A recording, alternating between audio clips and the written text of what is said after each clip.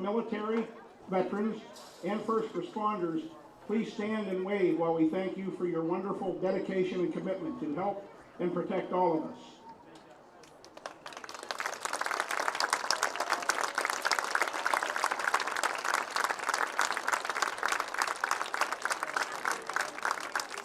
Thank you.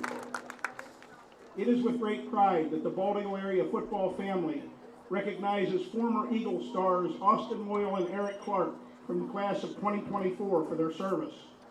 Austin is currently in the Army National Guard and preparing for an upcoming active duty deployment.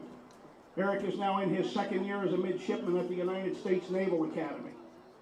And also, senior Eagle running back Nicholas McCulley recently enlisted in the Army National Guard and will report to basic training shortly after graduation in June.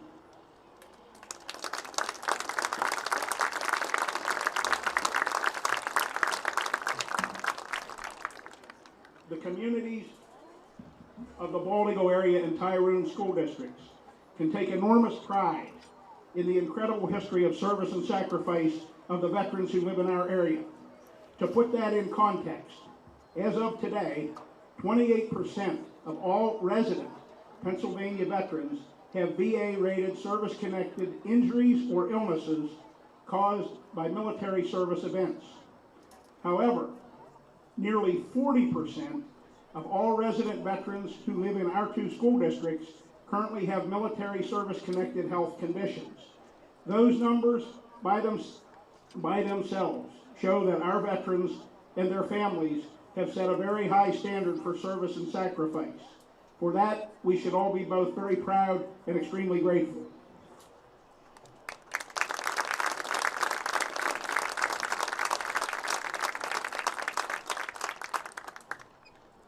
Before we begin the ceremony on the field, we welcome a special guest and a truly great friend to all veterans to the Alumni Stadium press box tonight.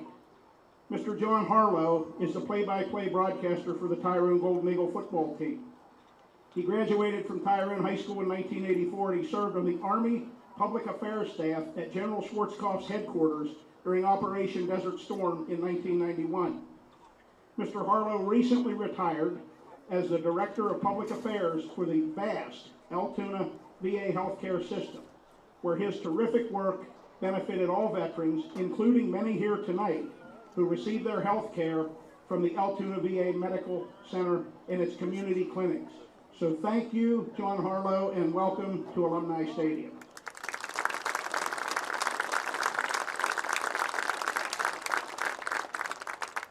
Now, as I look down on the field, I would like to introduce Mr. Brian Query, the Center County Director of Veterans Affairs.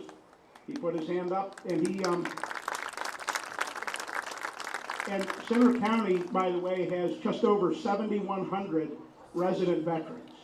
So Mr. Query's a busy guy, without a doubt. Beside him is Frank, and Frank is going to take the pictures tonight on behalf of the Center County Veterans Affairs Office. Now, you're about to meet 4 combat veterans. And in those brief meetings, you're going to learn about, I hope, the love of family, community, and the nation, and the service and sacrifice that result from that love. Former Army Sergeant Chad Fisher is accompanied by his wife, Kim. They are the parents of BEA students, Rylan, a freshman volleyball player, and Grady, a standout senior football player. Mr. Fisher served as an infantry soldier in the Army National Guard from 2002 to 2011. We often refer to our close-knit community National Guard units, community-based National Guard units, as being a modern-day band of brothers. Well, for Mr. Fisher, Band of Brothers has an extra special meaning, because in 2009, he and his brother Andy both deployed to Iraq, where they served together on unit convoy operations, combat patrols, and quick reaction force missions. The emotions caused by and memories of serving in combat side by side with your brother is something that only the brothers and perhaps their family members can truly describe. Mr. Fisher is on the field tonight representing all of those who were innocent American kids still in school on that terrible day in 9/11/2001. Yet after that event, thousands of them found the courage to volunteer and join the military when there was no question in anybody's mind that they would one day go to war. Mr. Fisher's military awards include the Army Commendation Medal, the Army Achievement Medal, the National Defense Service Medal, the Humanitarian Service Medal, the Global War on Terrorism Service Medal, the Iraq Campaign Medal with 1 campaign star, and the Combat Infantryman Badge. Ladies and gentlemen, Army Sergeant Chad Fisher.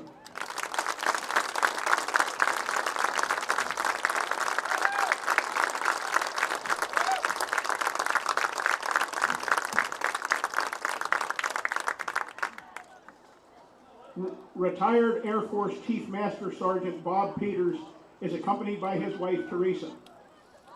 Mr. Peters is a 1980 graduate of BEA. As a senior team captain and starting quarterback, he was the leader of the great 1979 Eagle football team that is still called one of the best in blue and gold history. In 1984, Mr. Peters found his calling to serve the nation. He enlisted in the Air National Guard and embarked on an amazing 36-year military career. Between 1995 and 2006, he deployed to several NATO support missions and also served in extremely intense Air Force drug interdiction missions in South America. Between 2009 and 2016, Mr. Peters deployed 3 times to directly support U.S. Special Operations, combat and counterterrorism missions in Saudi Arabia, Qatar, Afghanistan, Iraq, and Syria. Those missions quite simply focused on the destruction of the terrorist groups Al-Qaeda in Iraq and ISIS. In his final career deployment in 2016, he returned home from Iraq just 10 days before his 54th birthday. Mr. Peters' extensive list of military awards include the Meritorious Service Medal, the Joint Service Commendation Medal, 3 Air Force Commendation Medals, 5 Air Force Outstanding Unit Awards for Valor, the National Defense Service Medal, the Global War on Terrorism Service Medal, the Iraq Campaign Medal, and the Afghanistan Campaign Medal. Ladies and gentlemen, Air Force Chief Master Sergeant Bob Peters.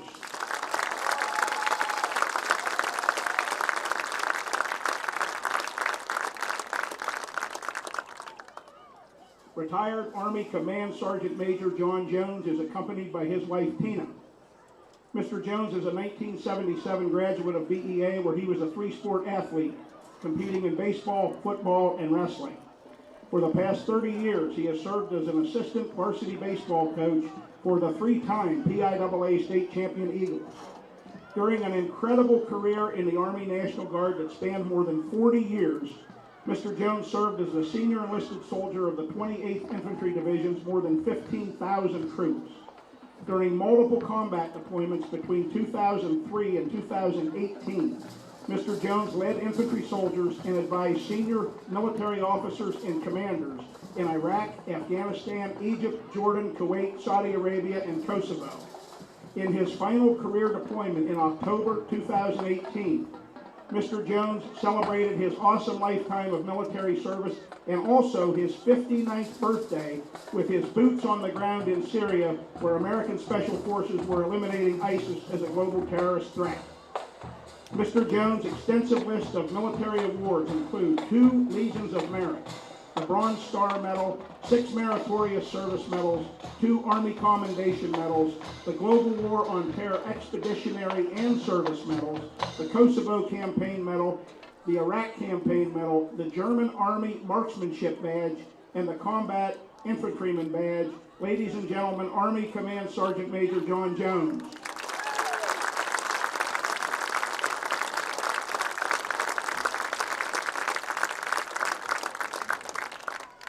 Former Army Staff Sergeant Bob Catherman is accompanied by his sister Connie Shemp, whom he thanks for her lifelong love and support and for always transporting him to and from the airport when he was home on leave during his military career. Mr. Catherman is a 1961 graduate of BEA where he played football and wrestled. From 1967 to 1969, he served 2 tours in Vietnam with the 326th Engineer Battalion of the 101st Airborne Division, before he returned home as an unassuming hero. On March 25, 1968, near Hue, Vietnam, Mr. Catherman's extraordinary heroism and exceptionally valorous action during an enemy attack, an ambush on his unit, resulted in him being awarded the Distinguished Service Cross, which is our nation's second highest award for combat valor. Mr. Catherman's Vietnam Service Awards also include the Soldier's Medal for Heroism, the Air Medal for Valor, 2 Bronze Star Medals, including 1 for Valor, the Combat Infantryman Badge, and 2 Purple Heart Medals, awarded for combat wounds that incredibly occurred during enemy engagements exactly 1 year apart on April 26, 1968 and April 26, 1969. Mr. Catherman has been Centre County's most highly decorated living veteran since he stepped back home from Vietnam on the family farm 56 years ago. And he is also the most highly decorated military veteran to ever graduate from Baltimore area in the school's 70-year history. Ladies and gentlemen, Army Staff Sergeant Bob Catherman.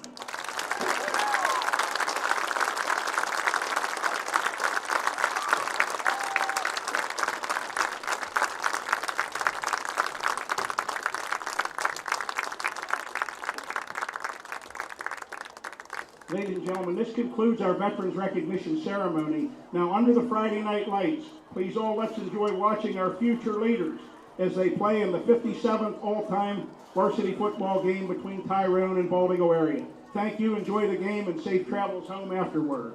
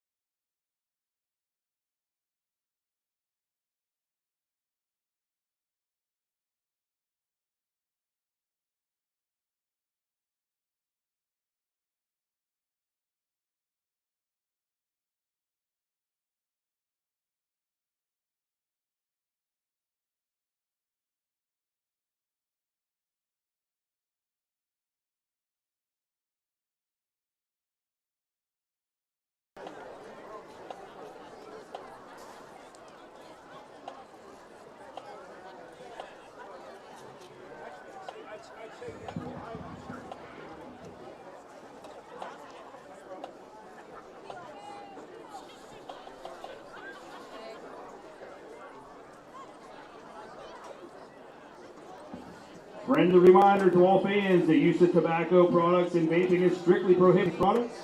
You'll be asked to leave the premises.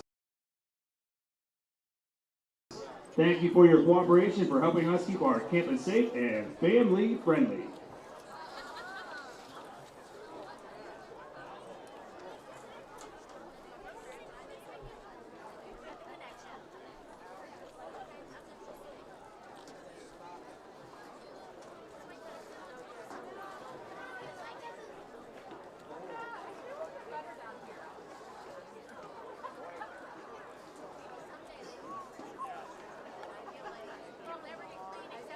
The First and 10 Club would like to thank Nittany Energy for their generous donations of snack packs in the student section. Let's hear it for Nittany Energy. The ball to work.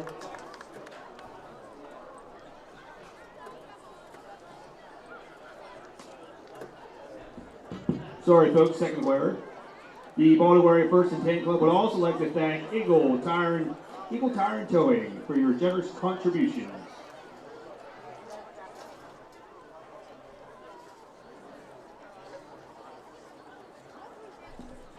Ladies and gentlemen, at this time, we ask you please rise if you're able, remove your hats, and please welcome the Bald Eagle Area Marching Band who will perform our national anthem.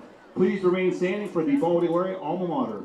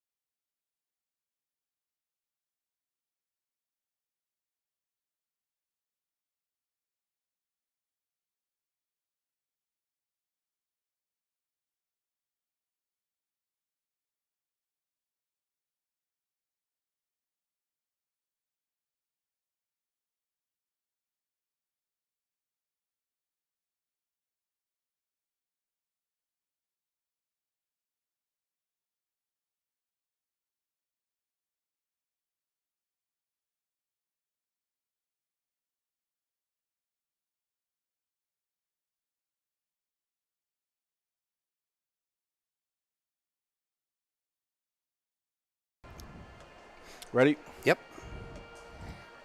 Good evening and welcome to Wingate, Pennsylvania for tonight's varsity football game between the 1-2 Bald Eagle Area Eagles and the 2-1 Tyrone Golden Eagles. I am Trevor Kern. My name is Keith Green. And we're here for a Week 4 battle between two teams that know each other pretty well. Been playing this game for a long time. Yep. Mr. Warner announced it was the 57th meeting between the two teams before this game. For anybody that tuned in late, please go back, rewind the footage here, listen to the veterans and it's Veterans and First Responders Night, but the veterans ceremony before the game. Some pretty amazing statistics in there, and for just heroes, honestly. There's no other word for it on the field being honored tonight. Very well done by Mr. Warner representing the Clinton County Veterans Association, and just kind of mind-blowing. It makes you realize, it was nice to see, you had Gage Catherman out there and Grady Fisher out there, Grady with his dad, Gage with his grandfather, I assume, and, you stand on the field and you get to listen to some of the just incredible things your dad did in the service of his country, or your grandfather did in the service of his country, and really well done. Enjoyed that. That's highlight of the season so far to me, but on to the game. Yeah, we are here, and as the weeks go on, the game starts to get a little darker and a little darker every week. And a little colder. Yeah, a little colder, a little less sun every week. We just got just a little bit of sun here coming from the school side now as we're looking here. Bald Eagle Area won the toss. They defer. I'll tell you, I never love listening to referees, but tonight's going to be a challenge because that is loud. Oh, yeah. You won't have any trouble hearing the calls at home. Hopefully our camera and our microphone are synced up a little better than they were in the previous weeks at home. We had a little technical problem with the camera. Please let us know if we're off. We can make some adjustments. We now have the technology, but talk a little bit here, Keith, about Tyrone. They lost week 1 21-20 to a Bellefonte team that we're not sure about yet, but that looked pretty good last year. And then they recovered from that with 2 straight wins, one over Westmont Hilltop 49-6, and then a win over Central 28-6. And that Central win stands out because that's a perennial power. Right.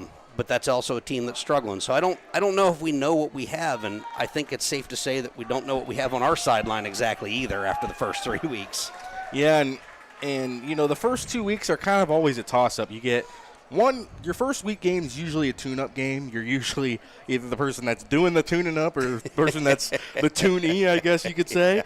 And then your second week, you're still kind of getting things under control. You haven't really installed the whole offense yet, and you're still just kind of working on a skeleton playbook almost. Week 3 is when you get into the real opponents, the people you're going to be seeing into the playoffs and things like that. And week 3 is also when you can start that snowball effect in the season, whether you're going to snowball and be a good team or that snowball is rolling downhill. Yeah. As we get starting.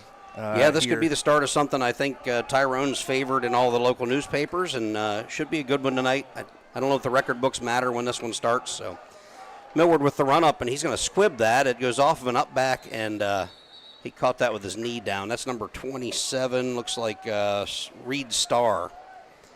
And the Eagles have come out on defense here.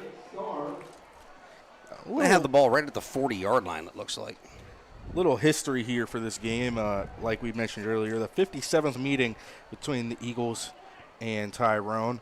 The Eagles have played more varsity football games against Tyrone than any other opponent except for Bellefonte. Wow. The teams first met in 1970, and they've played in every season since then except for 1975.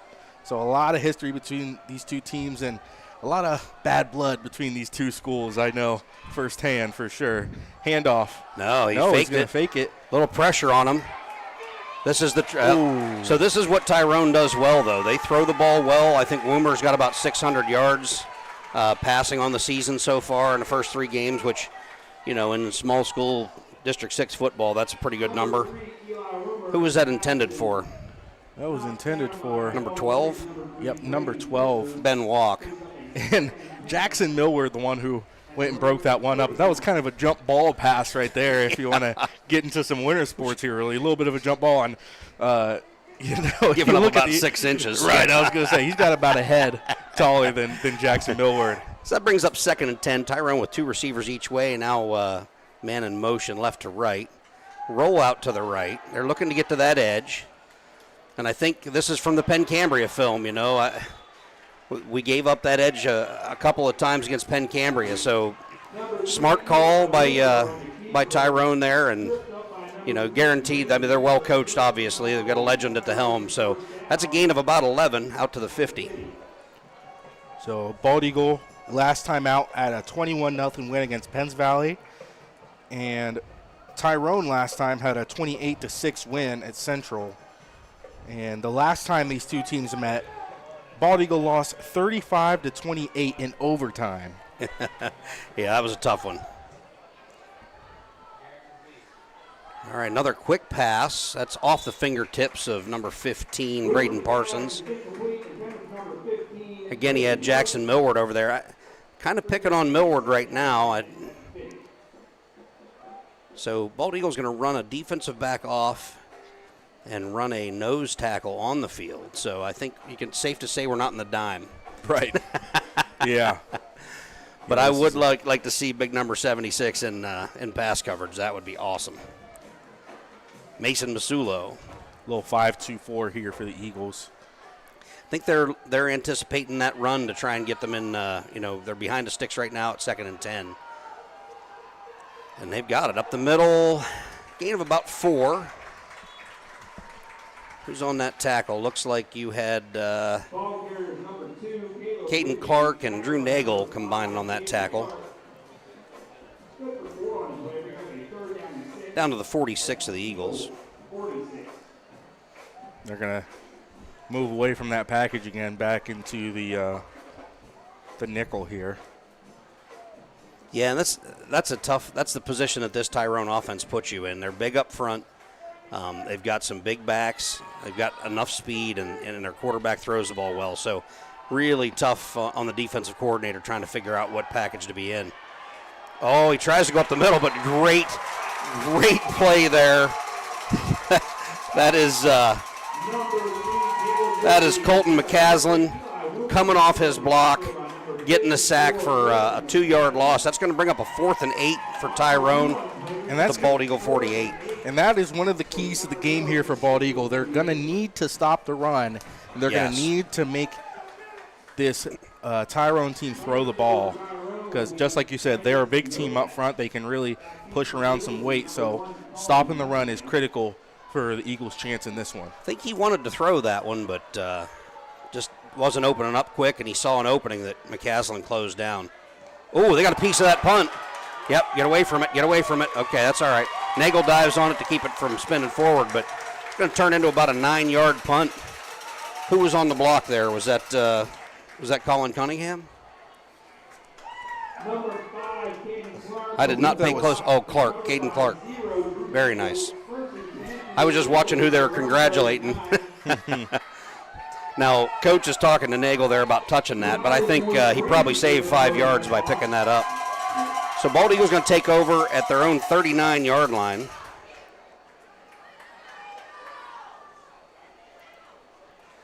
Iron sends a man in motion. Two backs to the right. There's a toss to McCauley, and it's a nice little gain there for about 4 yards. And, I was having a text conversation earlier with somebody, and they said, what's Bald Eagle need to do to win this game? And my answer was that right there. Yep. Got to control the clock, need to control the ball, can't turn it over, have to move the chains. And man, Tyrone's got some beef up front there. Yeah. On the defensive side. Once again, McCauley up the middle. He's going to get about 2, maybe a yard, depending on the spot here. And bring up 3rd and about 5. Sahoney on the tackle there. So 3rd and 5 here. Eagles still in the pistol. 2 receivers left, 1 right. Fisher in motion. Oh, that's a quarterback keeper. He's going to be close. He's got it. Nice hard run, Caleb Iron. I haven't seen a lot of that this year. I think you got to keep them on their toes, like you said earlier. Open up that playbook a little bit. Iron gets about 6 and a first down, right at midfield. And, you know, the Eagles this season, and they've done this in the past, but, you know, the last couple seasons, because of the efficiency of the passing game for these Eagles, you haven't seen it a whole bunch. But they've been really using this, you know, Penn State-style H-back position. Looking to throw here. Rolls out right, got to get rid of it. No, he's going to be brought down hard back at the 41-yard line. Right now that position is occupied by number 81, Jack Cleeseth. And that's a big loss on that play, Keith. Yeah, almost 9 yards there, and good penetration by that Tyrone defensive end on this side.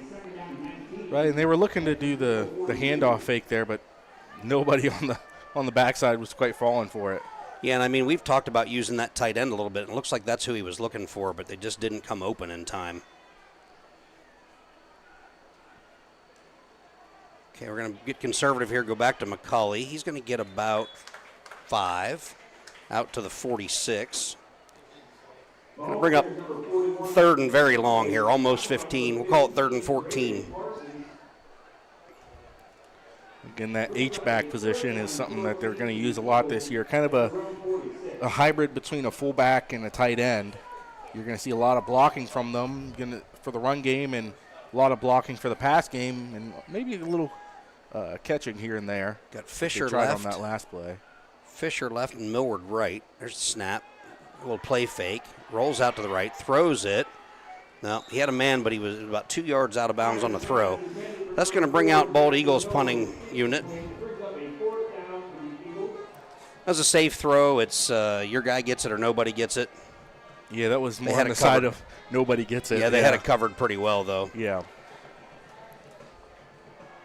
And a lot of pressure from the backside of that line as well.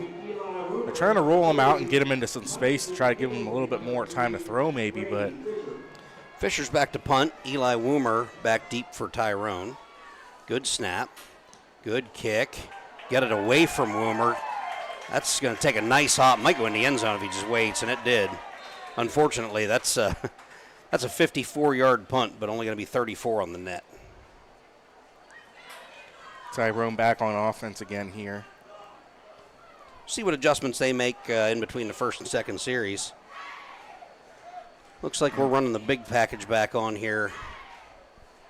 Might be a little bit of a dangerous thought thinking that they would be conservative. I was going to say, they just ran them back off the field. I think we're going to start in that nickel grouping again. Your guys up front here. Nino Daniker. Over on that far defensive end, you have Hauk Leitzel. 54, Colton McCaslin inside, and 58, Gage Gardner. That's your defensive line. Rolls out to the right here. The receiver's covered, but that one's open deep. Number 15. That's a big gainer. He's gone. That is Braden Parsons. They ran 3 routes out into that flat, and the deep one came open. Yeah, and you could see, like you said, they ran those routes out into the flat, and that deep crossing route going behind the safety, and that's exactly what you're hoping for on that route. You're hoping that for that safety to get drawn in, and they ran a route right in front of him just to do that, and you could see that he wasn't covering that deep half of the field like he should have been. They were in cover too, and that's what happens when you leave your assignment. Woomer didn't try to be too cute. He just put it on him. I mean, he knew he had all day to stand under it and basically catch it like a punt. So, well done. Good throw by Woomer. Extra point is right down the middle. It's going to make your score 7-0 Tyrone with 6:39 remaining in the first quarter. Yeah, and that's a tough one. Whenever you have a blown coverage like that, you hope it's give the up short the early guy. score. Right. In that case, it was not. And that's kind of the piece that's been missing a little bit from that Bald Eagle offense from years past, is that deep ball. Threw it pretty well late against Penn Cambria and made a couple attempts at it at Penns Valley, but Penns Valley was sort of the 3 yards and cloud of dust offense last week. Right. And, you know, you got to take what the defense gives you, and the big thing for Penns Valley last game is they were not going to let anything behind them, and you could see that just in the way that they were playing defense. And, you know, anytime you play a Bald Eagle team, given how the past, 4 years went for us, you're going to try to keep everything in front of you. Right. They know that, the Eagles love to pass, and, this offense is no different. They're just, they haven't had much opportunity to pass so far this season.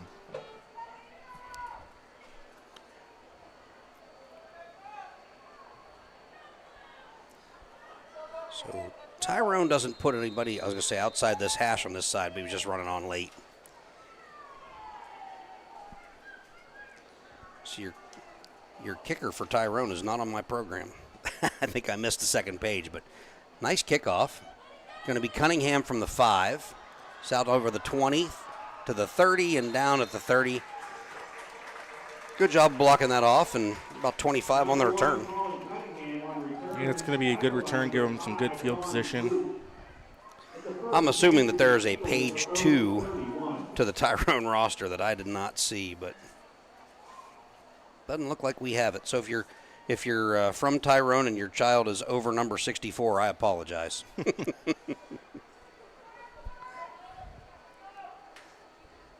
We'll have to pull that up on Max Prep, see if we can get the list. But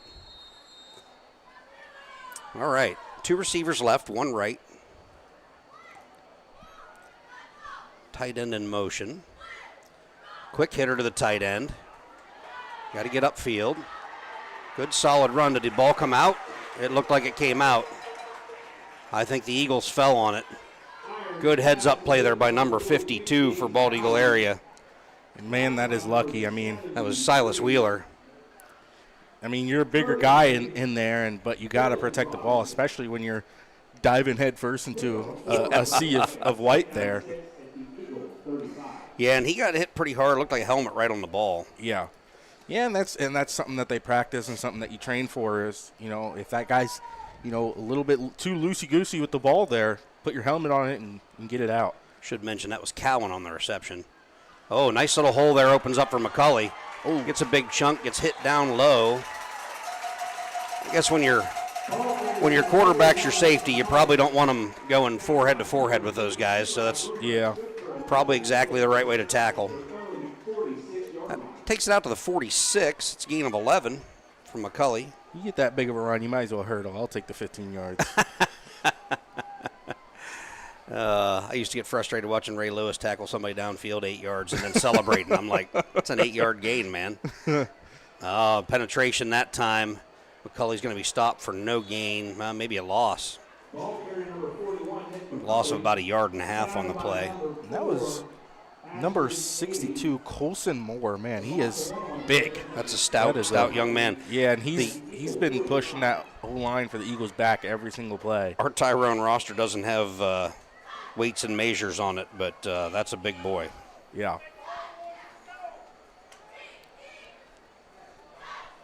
I'm going to guess that starts with a 3. Not to be. He's a big boy. Yeah. Yeah, no. And he's tall. Like he's not he's not one of those 5'5" guys. He wouldn't qualify for this booth.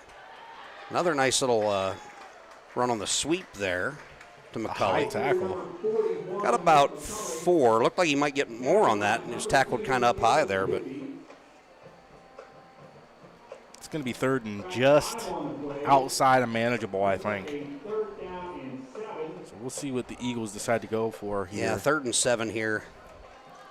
49. Thinking this is a passing situation, but you can see they're bracketing these guys here. I wouldn't be surprised if you see a zone defense here, and it is going to be zone. Oh, quick hitter, and he tips it and picks it. What a great play, though. Oh, my goodness. That's number 67, who's not on our roster. I'm going to try to pull it up here, but that's a tremendous play. Like, nobody did anything wrong. He just did it all right.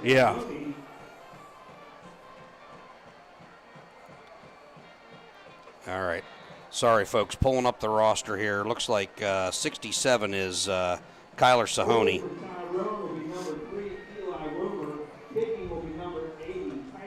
Titus Novak is the kicker for Tyrone. Apologize since I didn't get to say his name earlier, the Tyrone folks, but What a Titus? Titus. I'd like to meet his parents. It's a cool name. That's Kick good. is up, and Look kick good. is good. So 3:53 remaining in the first quarter. It is 14-0 Tyrone, and Bald Eagle's been a little flat, and Tyrone has come out with some fire here. I mean, what do you do about that play? That's going to be on highlight reels. Yeah, I mean, there's really not too much that you can do about it. I mean, he's got probably a good 6, maybe 7, 8 inches on the O-lineman there. I mean, Yeah, and you wish if that's going to happen, you hope it's a defensive tackle, but in that case, it's a defensive end who can outrun your backfield yeah. to the end zone. Take that in from about 50 yards out. All right, Cunningham and Fisher back deep here. I mean, we are getting a lot of time on offense, but this isn't exactly what we were hoping for. No, I mean, you give up 2 scores very, very early in the first quarter, and you know, we saw last week, which was like the fastest game of the night anywhere. I mean, both teams just running the ball and churning out this clock. This could turn into be a long one. Stuff like this keeps happening. That kickoff is to the 1-yard line. Cunningham fields it there. Good job fielding it, though, because he's out past the 30. Gets almost to the 35-yard line. That's where they'll mark him just shy of the 35. Yeah, they're getting good blocking on these kickoffs. Yeah, they're doing a good job there. What was the number? 62. So they have Max Preps has heights and weights on some of these kids, but he is not one of them. Yeah, that Tyrone offensive and defensive line is a bunch of athletes, man. They're big and powerfully built. All right, we got the Wildcat here with Fisher behind that big offensive line. No lead blocker, but he's going to get about 4. Give him a little, call it a quarterback draw, but that was kind of like a running back draw with nobody else in the backfield there. Yeah. Takes it out to the 39-yard line. 2nd and 6 here.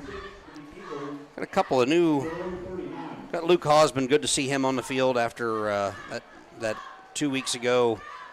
Had a pretty rough injury, so you got 3 receivers. I don't think any of them are on the line on that side. It doesn't matter because Fisher's going up the middle, close to a first down.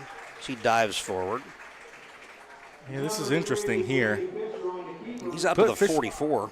Yeah, he's in the backfield. I assume they trust him to, at the very least, throw into the flat, given that they're going 5 wide here, and just telling Tyrone, hey, you got to respect all these receivers, but you know we trust our own line to get at least 4 yards every play. So you have to wonder how long is this going to happen before they start bringing linebackers.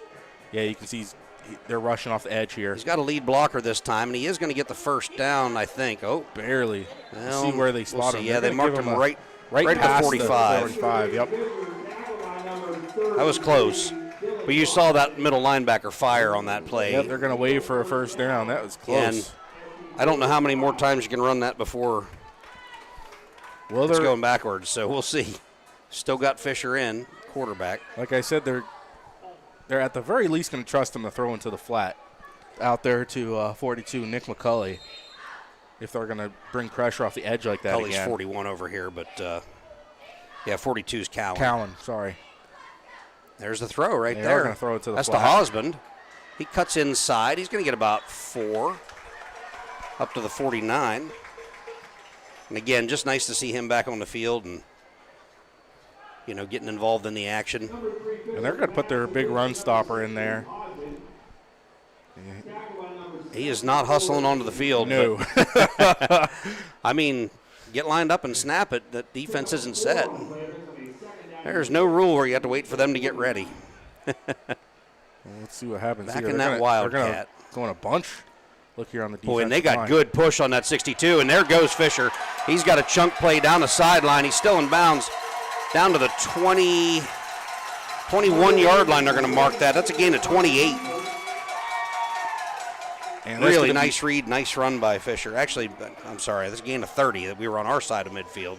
Yeah, and we talked about these Eagle running backs is they love to jump around and find space, and they're very, very patient runners, and they're using that to their advantage right now. They're just putting the line in front of them and say, hey, find a gap, go where you can, and you see the Tyrone defense, their D-line was in a bunch that time.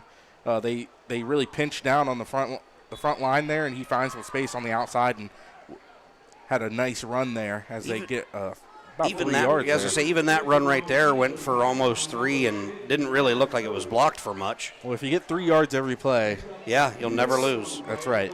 And you'll play very, very boring football. Would be hard as a home fan to watch 4th and 1 every single series. I know, right? Hey, if you're an Eagles fan, you love it. That's you true. love 4th and 1 because you know what's coming next, and they can't stop it. I'm talking about the Philadelphia Eagles, I guess.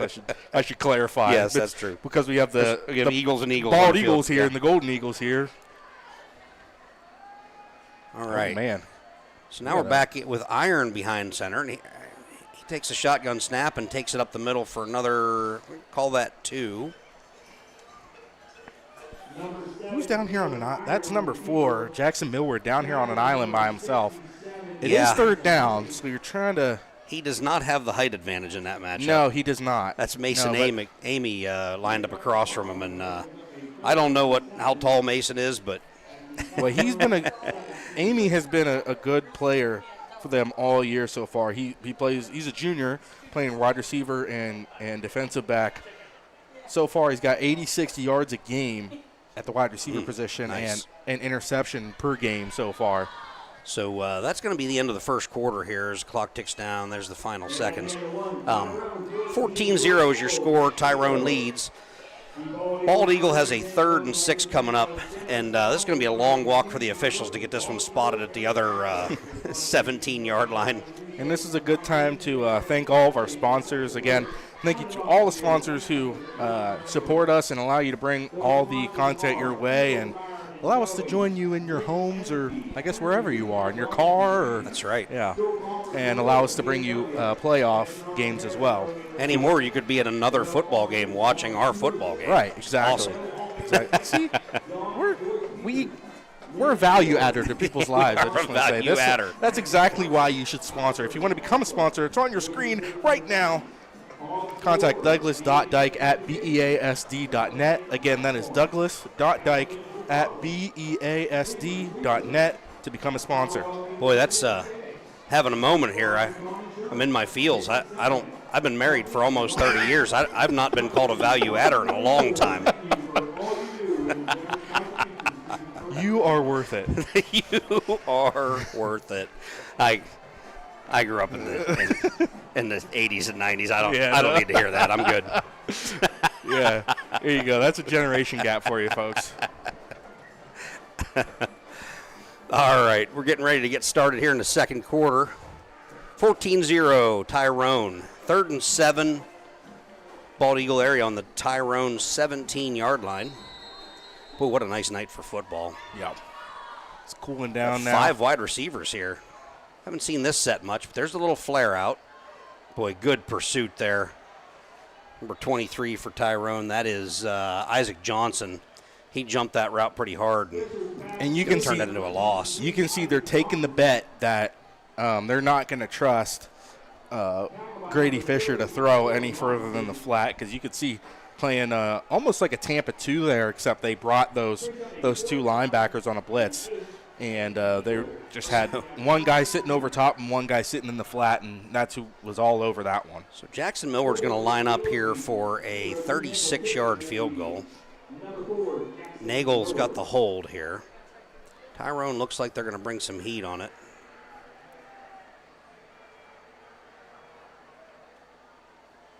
Snap bounces in. Fisher kicks it. He's not going to have enough leg. Yeah.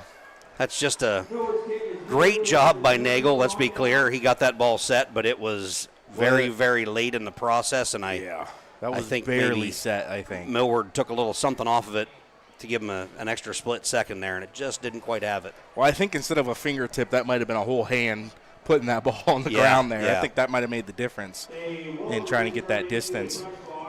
So the score line. So Tyrone's going to take over. I never understood this rule. They're going to take over at the 20-yard line.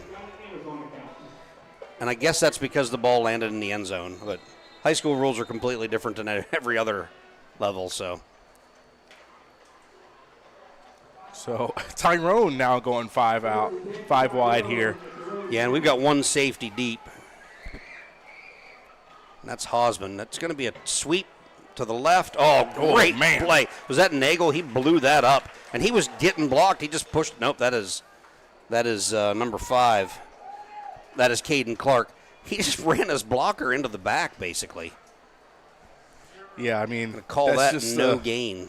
Just a great, I mean, you know, when that happens, when you're on the defensive side and you're just outplaying a guy and you can do something like that, I mean, it just gives you all the confidence in the world. And you know that the guy with the ball just looked up and I'm like, God dang it, man. Well, they have some big receivers over here on this side, this near side. They're going to hand it off up the middle. That's going to go for 0 as well.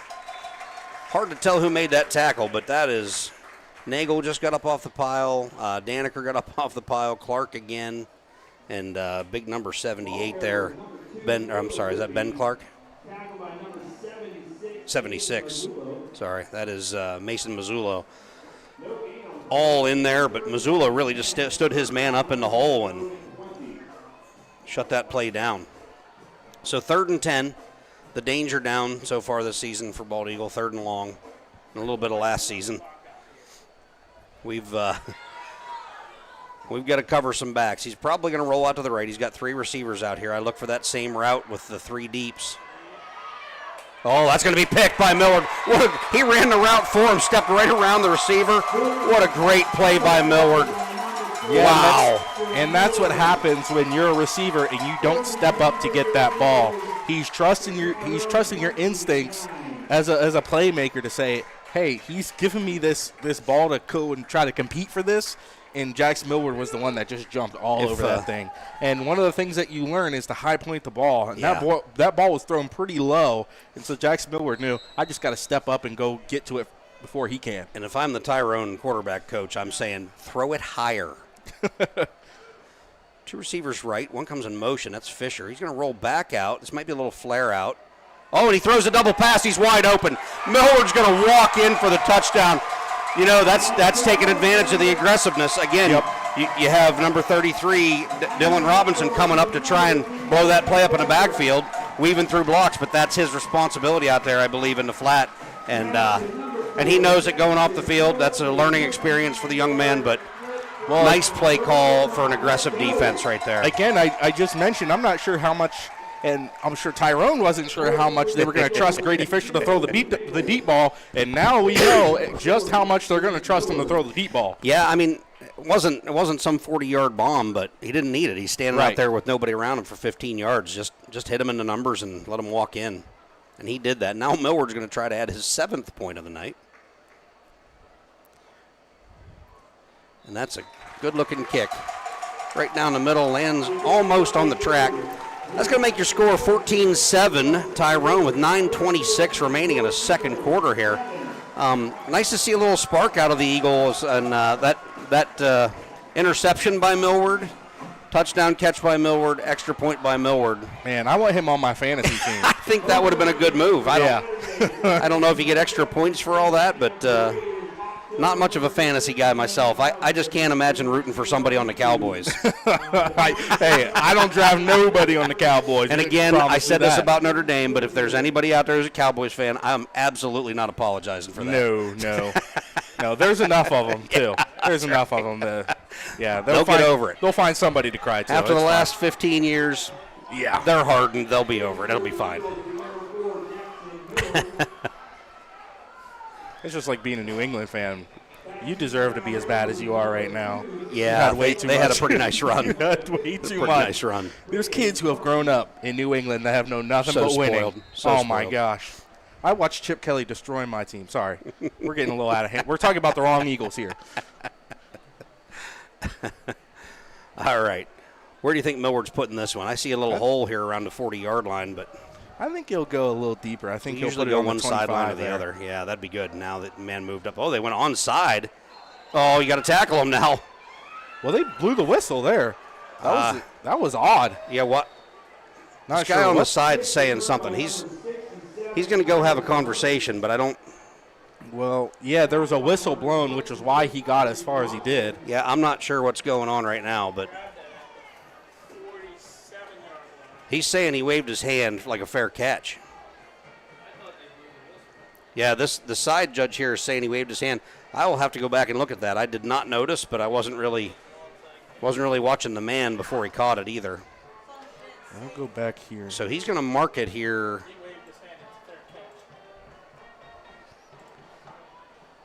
We try to go back. Yeah, in so he time comes here a up little into bit. that gap. I don't even know who caught it. So And he does kind of wave his hand way before he grabs that ball. I think they've got it spotted about right if that's the case. I didn't really see it, but they called it a fair catch at the 48. Still gives them a pretty short field here. And I don't think that was intentional. I think he was just turning and he kind of rebalancing. Yeah, trying to get his balance. But he did wave his hand in the air. But it was well before he caught that ball. But still, that is a fair catch. I think he's right. Well, the big thing is, like you said, the whistle blew. Right. And, that's another thing, right? If it's not a fair catch and that whistle blows and then he breaks a tackle or something and takes it to the end zone, that's a whole different problem. And listen, Franco's over there giving him a piece of his mind, and I don't blame him. And then it could be a thing where, he did call a fair catch and then somebody hit him, but he also tried to advance the ball and things. Right. So there's a whole host of things that could happen here. I think them just saying, hey, it's a fair catch and they're down right there. Yeah, I definitely don't think he. Discussion on the field, it was determined the receiver gave an invalid fair catch, which results in a fair catch. It'll be first down, Tyrone, from the point of the invalid catch. First down. I have to chuckle because one of the Bald Eagle coaches, it looks like, thought it should be our ball, which I don't. I don't really get that one either, but I think that's the fairest call right there because there's a whole bunch of stuff that you could argue there, and it would get messy quick. Tyrone's overloaded on that left side. They're going to run the quarterback draw up there, and pretty nice job coming off the block there by who's our defensive end? Is that Daniker?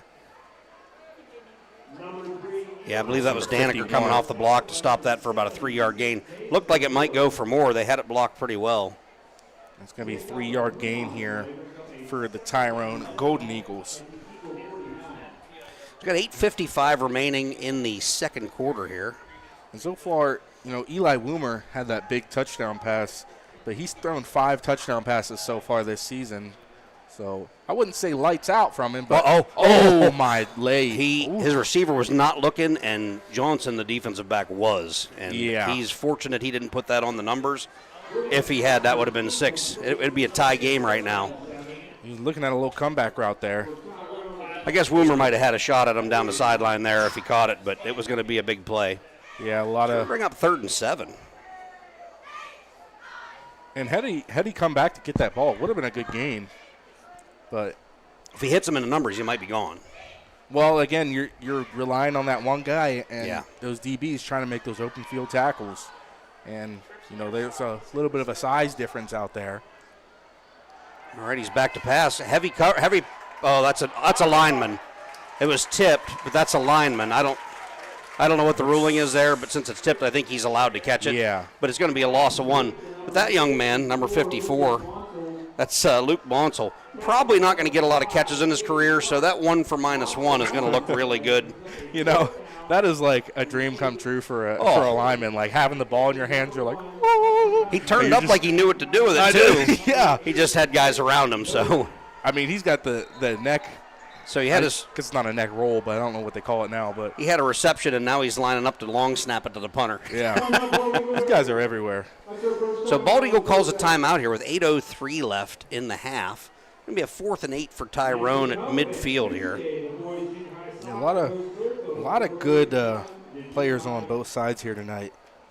One player from Tyrone that we haven't talked about so far is Caleb Whitby. the junior running back. So far, 97 yards a game he's averaging. And on the defense, and on the Bald Eagle side, defensively, Drew Nagel, the sophomore linebacker, 7 tackles a game so far he's averaging. Looked really good. Been very impressed with Nagel. Caden Clark, that defensive line's looked good. Yeah, Gage Gardner, the senior, so far he had 2 sacks last game. He'll be looking to do that again tonight. Yeah. So who blocked the last one? Clark? I believe so. So Bald Eagles lined up sort of in a safe position here as if they might expect a little bit of a fake, but I mean, it's a good spot for it, but maybe not the best down in yardage for it. We've got 4 kind of blocking backs here behind that initial rush line. That's a short punt. Poison, get away from it. Somebody's got to be yelling. Cunningham's got to tell them, get away from it. Go up there and move, guys, if you have to, but it's going to come to a stop at the 31-yard line. Going to be 19 yards on the punt. First and 10 for your Eagles at their own 31. So, kind of seen Bald Eagle hang in there after that initial onslaught. You know, they got down 14-0 quick and then sort of stayed the course and weathered the storm, so to speak. Yeah. So, let's see, back to the more traditional offense with receiver each way, Iron in the shotgun, and McCulley behind him here. I look for him to get back to this run game a little bit. Do a little trap block. McCulley with a sidestep. He's going to get about, we'll call that 2.5. Yeah. Maybe 2. Number 41, Nick McCulley. Wasn't a whole lot of room off that left side that time. He did what he could to get some positive yardage. Tyrone looking to stop the run here for sure. You know, bringing was that Millward in motion there or Hosman in motion? I guess it was Millward.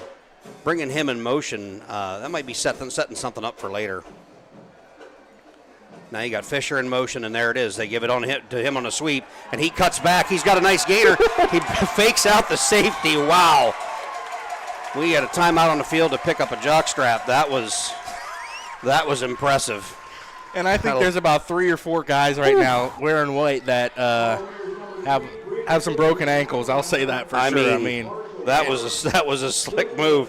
Yeah. That is also a gain of 25 for Fisher. And again, they ran the play the opposite direction, but gave it to McCulley up the middle, and then came back the other way, and it worked. And right now they're kind of using Tyrone's aggression against him a little bit.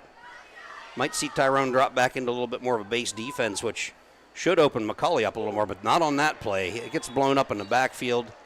Big number 76 there. Again, my roster goes to 67. I'm going to look him up here. That is John Stanton.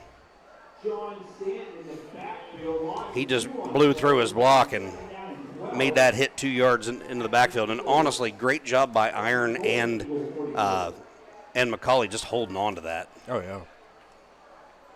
Going to be a loss of 2 on that play. Bring up a 2nd and 12. We're going to try to bring you some more scores from around the district here. Behind the sticks a little bit here. We'll see what they've got with 6 minutes to go in the half. Cunningham in motion right to left. McCulley on the toss sweep. He makes a nice hard cut. Very decisive on that run. He's down to the 38-yard line. Gain of 6 on the play. One more of those, you got a first down. Bring up a 3rd and 6. I'm going to mark that at the 39-ish. I like it when they mark it on a yard line. It makes it easier to do stats, doesn't it, Mr. Green? Got a receiver each way. 3rd and 7 on the scoreboard here. Tyrone's still in the nickel here. McCulley behind Iron. This is an interesting look. 2 tight ends on this side set back in those H-back spots. They're going to run it. I think they're looking to go for it on 4th down if they don't get it, but they didn't. They got nothing there. And again, that's number 33 there on the play. He got burned on that last series, Dylan Robinson, but he made a nice play there. And this D-line is very big. They're run stoppers. Anytime you got your guys in there that are like that, you're asking a lot of those H-backs, too, to block those big run stoppers. Especially, I mean, even at the end position, those guys are big. They're tall and they're Yeah. they're not scrawny. So predictably here, they're going to line up to go for it. And I think, when you run it on 3rd and 7, this was your plan, to go for it on 4th down. I think they wanted to be maybe 4th and 2 or 4th and 3, but got 2 receivers right, 4 on the play clock. They're going to call a timeout here. I think that's a smart move. You got 3 of them, and you can't take them with you, so. Look at some other scores here so far. 4:20 left in the second quarter here, 14-7 Tyrone. In the second quarter, Penn Cambria is beating Bedford 8-7. It's a close one. Northern Cambria is beating Conemaugh Valley 20-0. West Branch is losing to Mount Union 13-6. Little ICC matchup there. Clearfield is beating Bellefonte 8-0. Wow. Clearfield consistently good year after year. Oh, yeah. Not too many other scores here so far.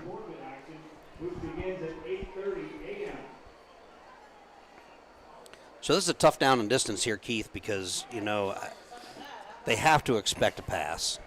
Right. So it's hard to sneak something in on them. And your fear here is that they're kind of in that 4th down territory where you don't necessarily want to punt and give up a chance to maybe get a first down. But if you don't get it, you're not in terrible position to defend. The fear here is that you got 4:20 left on the clock, and Tyrone could chew up all that clock left They with need another the 32 drive. of Tyrone here. Cunningham in motion puts 3 receivers right. There's the snap. Little pressure. Iron rolls out to the right, throws it, but that was going to be short of the first down anyway, and it comes off his fingertips. And that was broken up by number 2, Caleb Whitby. We talked about him earlier. So that's a turnover on downs. It's going to give Tyrone the ball at their own 39-yard line here. 4:12 remaining in the half. And so you got to have a stop here, Keith. Can't give up these points at the end of the half. And, man, that is a tough position. But that, again, if you're the quarterback there, I'm not sure if that was a designed rollout or not, but you're putting your tackle in a bad position. He's already going against a really good DN. Yeah. And now he has no idea what you're doing behind him, and he's trying to, stay in front of a guy, and he's trying to also create a pocket around you. It's just a lot going on, and he'd have been better just sitting in the pocket that time. Oh, he drops back out. He threw the play fake. Oh, that's picked off. Jackson Millward, have a day, son. Have a day. He comes up the sideline. He's out at about the 42 of Tyrone. I mean, second time he has just been back there and baited him and stepped in front of that route. Yeah. I mean, he is he's quick. He's quick to that first step. He's quick to the punch, and that's INT number 2 for him on the night. If I was sitting back there with the ball in my hands, I'd be looking to throw it away from Millward right now. Yeah, I think me personally, I'm just going to give it to him here too and see what happens. 4:01 left in the second quarter. I'm not sure exactly if he's trying to just put a little bit too much finesse on these throws and he's underthrowing them, but that's 2 times when Jackson Millward stepped up and the ball's been at his chest. Jackson Millward is not necessarily a tall guy. The problem on that play was he looked to the short man first, and then he looked at a deeper route, and both of them were covered. Right. And so I think he took the lesser of 2 evils, but maybe that one he should have just thrown away. Well, I don't doubt that he is a good arm. I mean, you just gotta try to throw it in there and try to give your receiver a chance to make a good throw. So, at the risk of people saying I'm a jerk, it's obviously a very catchable ball. Well, sorry, it was a nice spiral. Yeah, he just a little bit of a lapse in judgment on that one, I think. And again, we talk about the size. Millward is not a big back. He's not tall, and he kind of hides back there. He's 5'9", 145, kind of tucked in behind the receiver. Yeah. He's just quick, and he used that quickness to step around. And he plays basketball, so he can. We talked about his little jump ball pass that he got earlier. This guy can jump out of the gym for sure. Nice. So he's down here getting a much-needed break right now, drinking a little Gatorade or water on the sideline. But a little Eagle-Aid. Now we're back. Fisher runs the chair route. He's got him. Oh, Cunningham can't pull it in. Oh, my Lord. That hit him in the hands. He was well covered, first of all.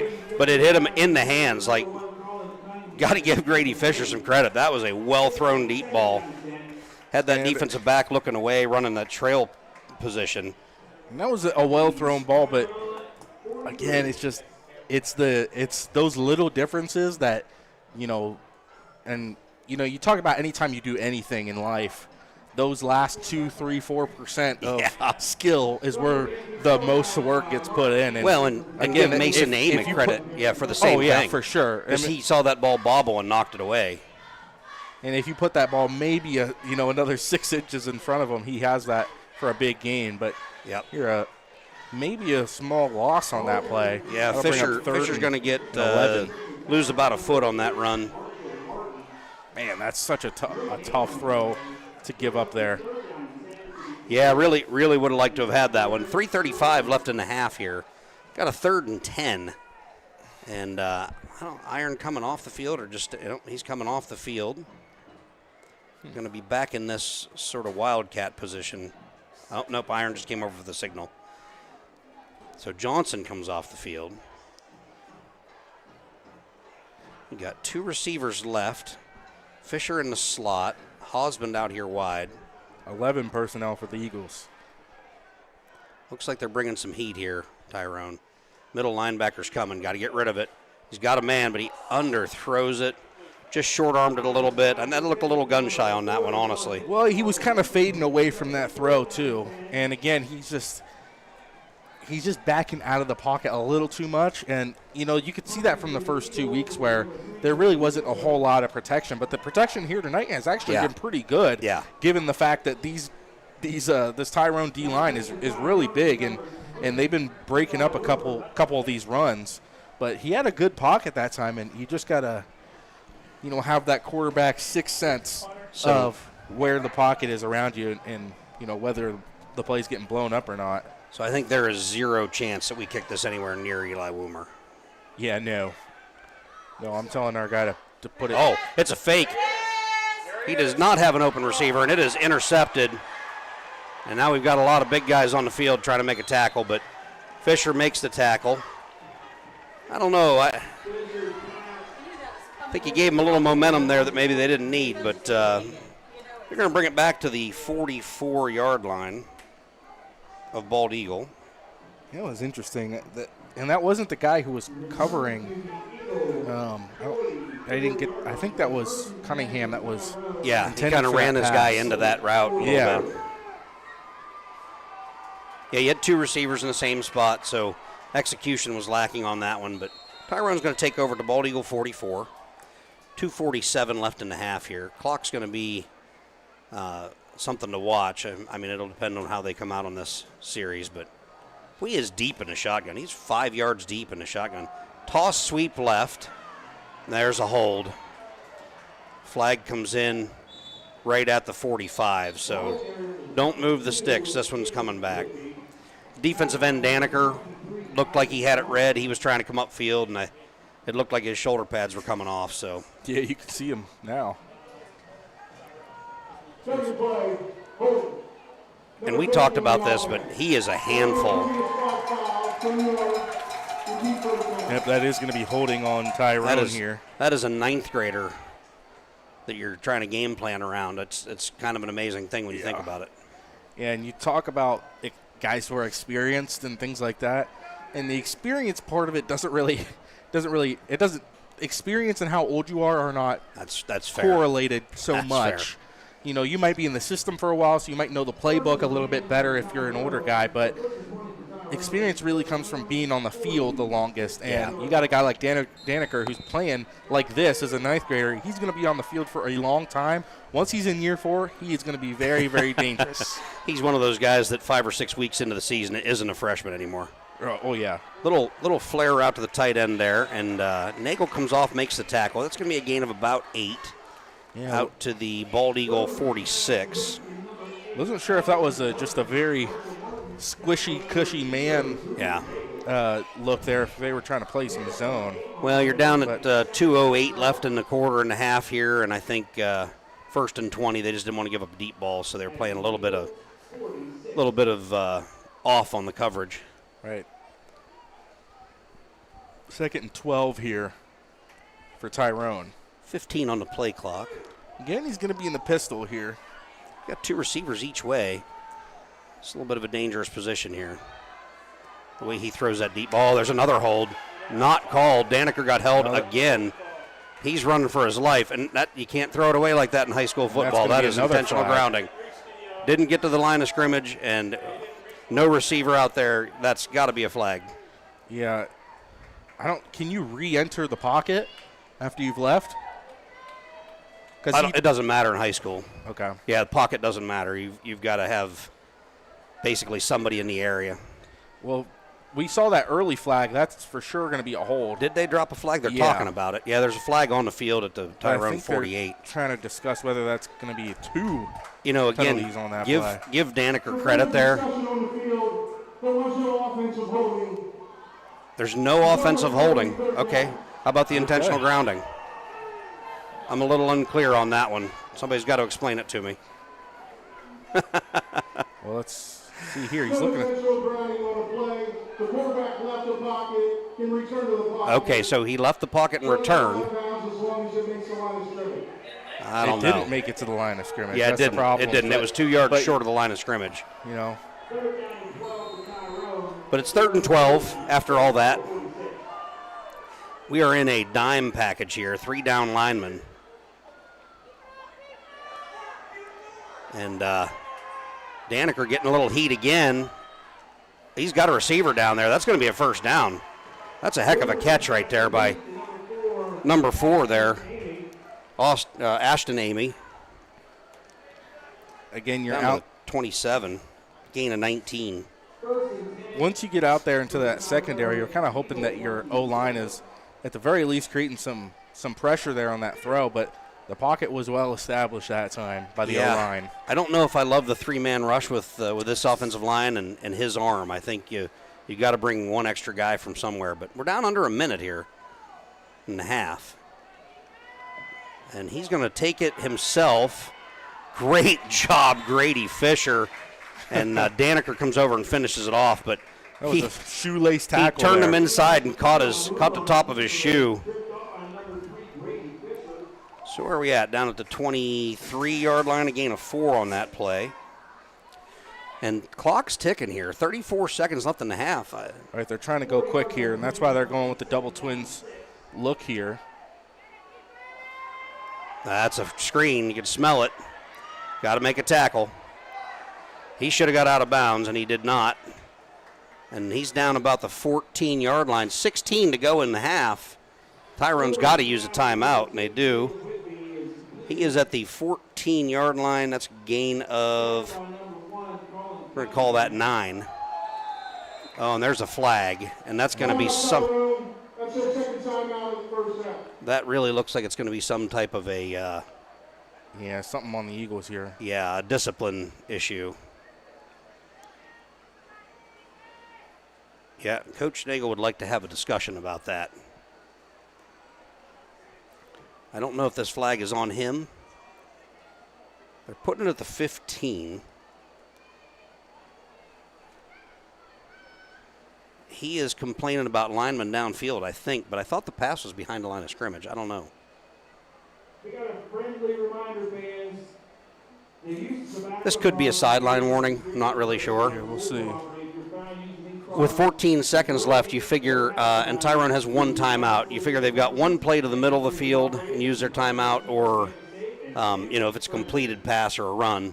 And if they go out to the border, they might have 2. Well, if you're Tyrone here, you got the height advantage on a lot of these guys. I'd say put all your guys all your receivers to the short side, except for your, the guy that you trust the most. Leave them out here on the hashes, maybe. On Throw an the island, jump ball. Right? Give them a chance in the corner of the end zone. That's a quick hitter. It's more like a quick hitter that doesn't take a whole lot of time off the clock, and you get a shot at the end zone. So it looks like maybe that flag just fell out of his hand. Yeah, I'm They're not not sure calling what the deal is anything. with that. It definitely dropped, but then he bent over and picked it up right away. So well, it was more than a drop. He let everybody in the house know.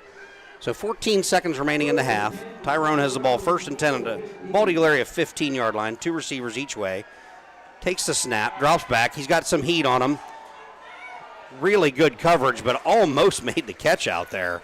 Yeah. Man, 9 seconds left. They have time for another play here. They try to do before they attempt a field goal. If that's, oh, now we've got a flag in the backfield. We might have that holding call that Nagel was looking for on the last play. That's a big holding call that takes it back to the 25. Yeah, and at the 25, now you gotta now you're kind of flipping a coin here and trying to make a decision, because your options are you either try to score or you try to kick a field goal. And I don't know how much they're going to trust their kicker here. Yeah.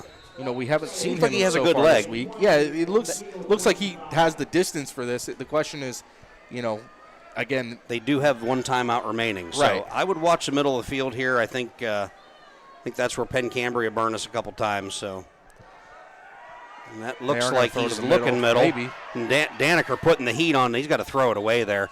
2 seconds remain in the half. That is a long field goal from here. He did look like he had the leg for it.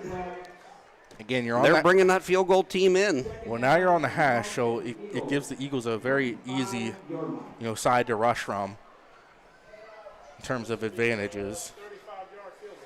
But if you're the Eagles, do you want to give up the? It's going to be 42 yards. If you're the Eagles, you do have to have a guy back just in case that trick play. He's way off the line there. It's a 42-yard attempt here. 2 seconds remain in the half. No time for a fake. You got to score. Oh, we just jumped off sides, didn't we? That is way left and short. I mean, he gave it a good effort there, though. You got to give credit. I mean, how many of those do you get to try in high school? But right. That's going to be the end of the half as both teams head to the locker room. Score is Tyrone 14, Bald Eagle area 7. And kind of happy that this has been a game after that first 7 or 8 minutes. Yeah, I mean, again, just you gave up the big play twice here. I mean, one play was kind of unavoidable. Just a guy made a really, really athletic, really good play. And then the other one, you have a blown coverage. So yeah. If you bring everything together, this game is a very tight game. Yeah.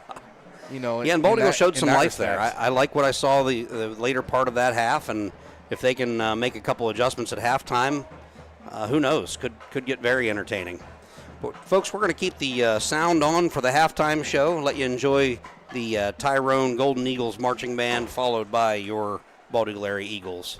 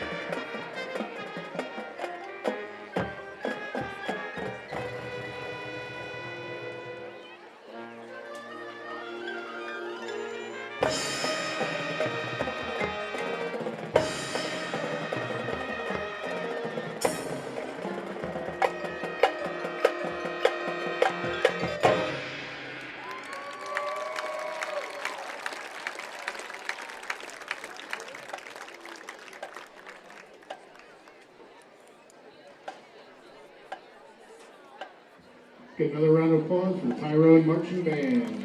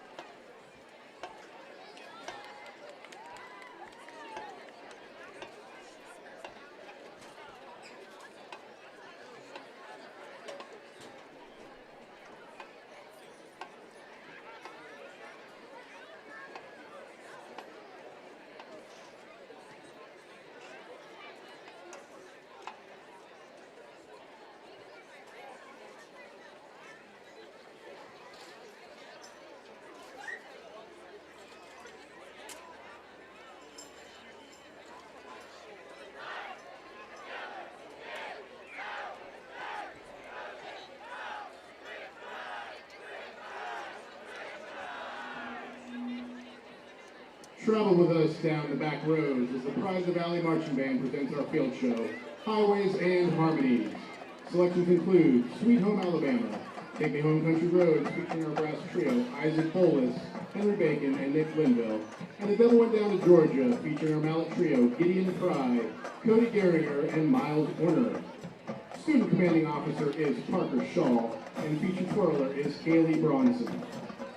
Staff includes instructors Jesse Arnold, Matt Geringer, Jessica Siegel, Lori Siegel, and Greg Steiner. Band front advisor is Leslie Pollard. Assistant director is Max Casson, and interim director is Darius DeReamer.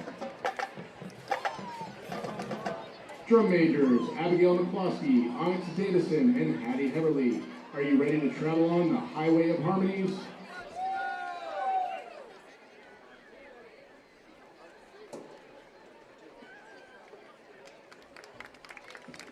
Sit back, relax, and enjoy the Pride of the Valley Bald Eagle Area Marching Band.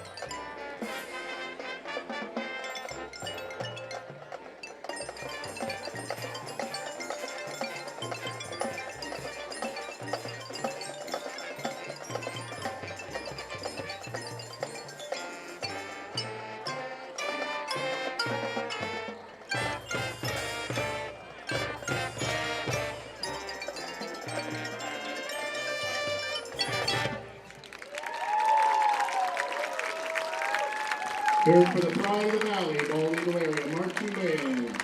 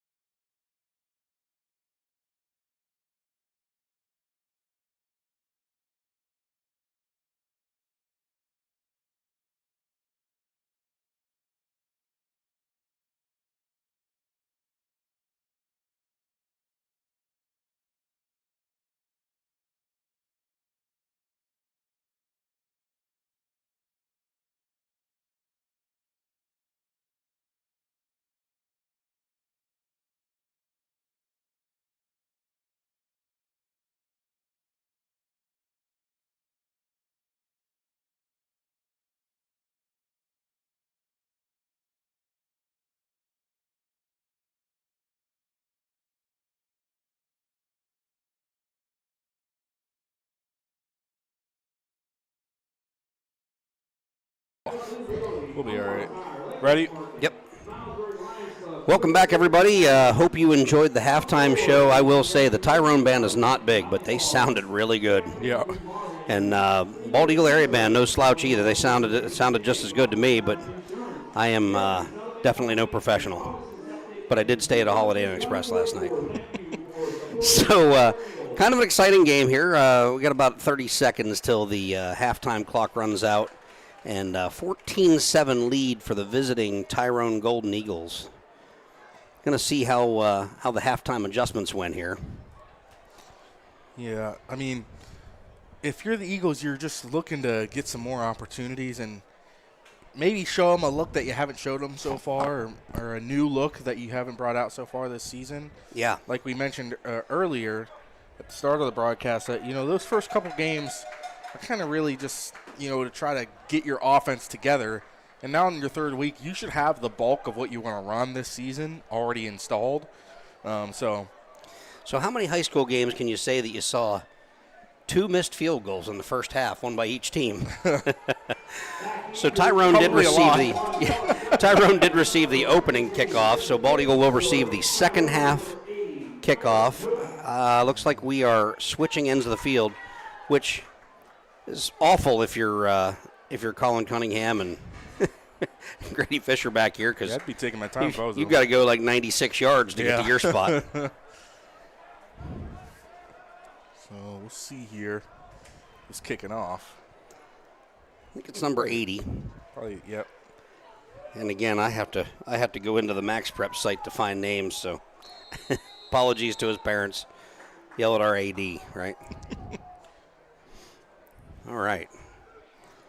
Fisher and Cunningham are set. There's the run-up. Kick is deep. It's going to come to Fisher at about the 14. He heads to the right side, running east-west. He gets caught from behind, breaks a tackle, and he's going to be brought down right about the 25-yard line in a very large scrum. Number 3, Grady Fisher on the return. The Eagles going to start with the ball here.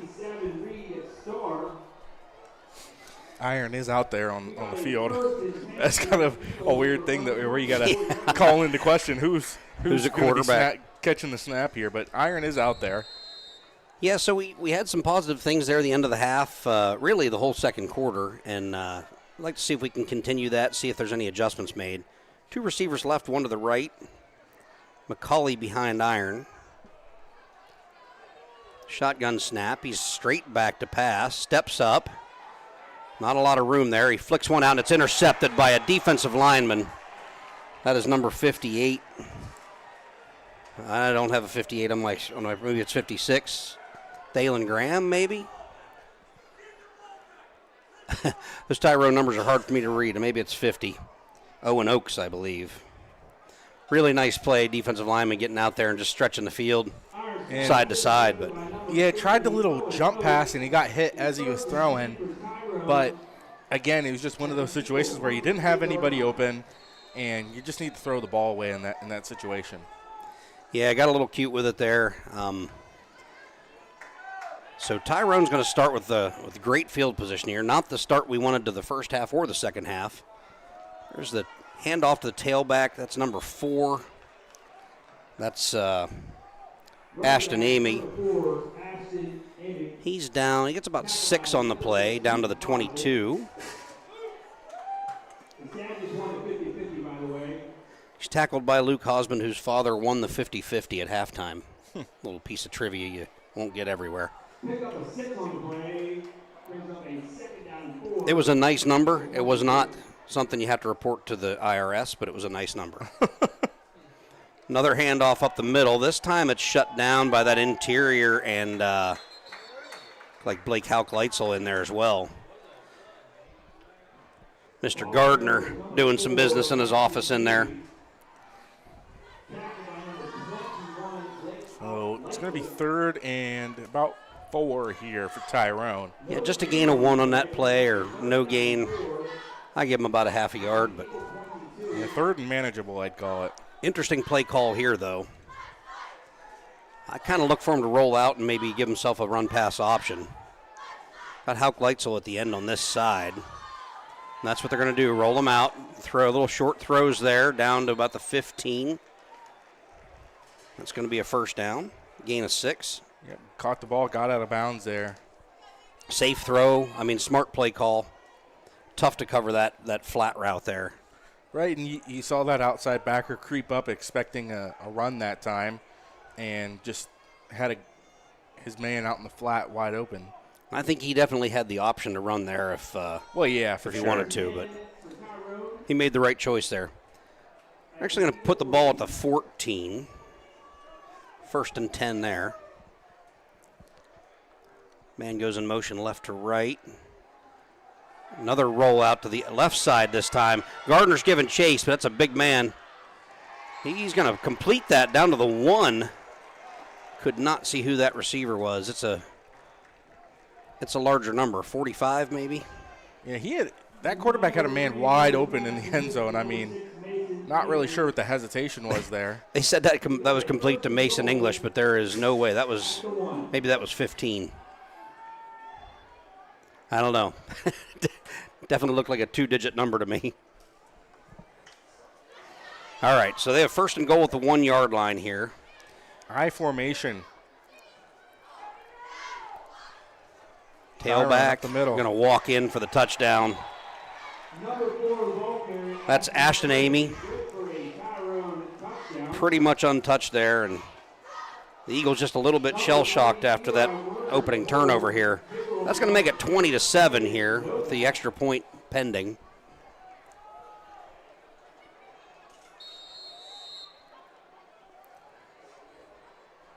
Finding a little space up the middle on that first drive. It was a short drive, but yeah, they just mixed things up and managed to get 7. That kick is right down the middle. That's going to make it 21-7 Tyrone with 9:37 left in the third quarter. And if you're the Eagles, you were looking to do the quick strike here coming out of the half with the ball, and instead now you've forfeited the quick strike. So lost that advantage. Right. And now you're down 2 scores again. So, again, Eagles have always been a big play offense here, and you're going to need a big play here. Yeah, and it could happen on a kickoff. We've had a couple of nice returns here, but he boots the ball pretty deep. So, and the blocking's been great on the returns, though. That's really what's been doing it. And on special teams, they're really a cohesive unit. You have offense, defense, and special teams. That is a part of the game, and that's a part that you need to practice. And it's pretty clear that these Eagles do practice that aspect of the game. Well, and to be fair, you have a lot of those starters that start both ways out here on special teams as well. Got McCauley in the middle there. You've got Daneker over on the far side. Obviously, Cunningham and Fisher back deep.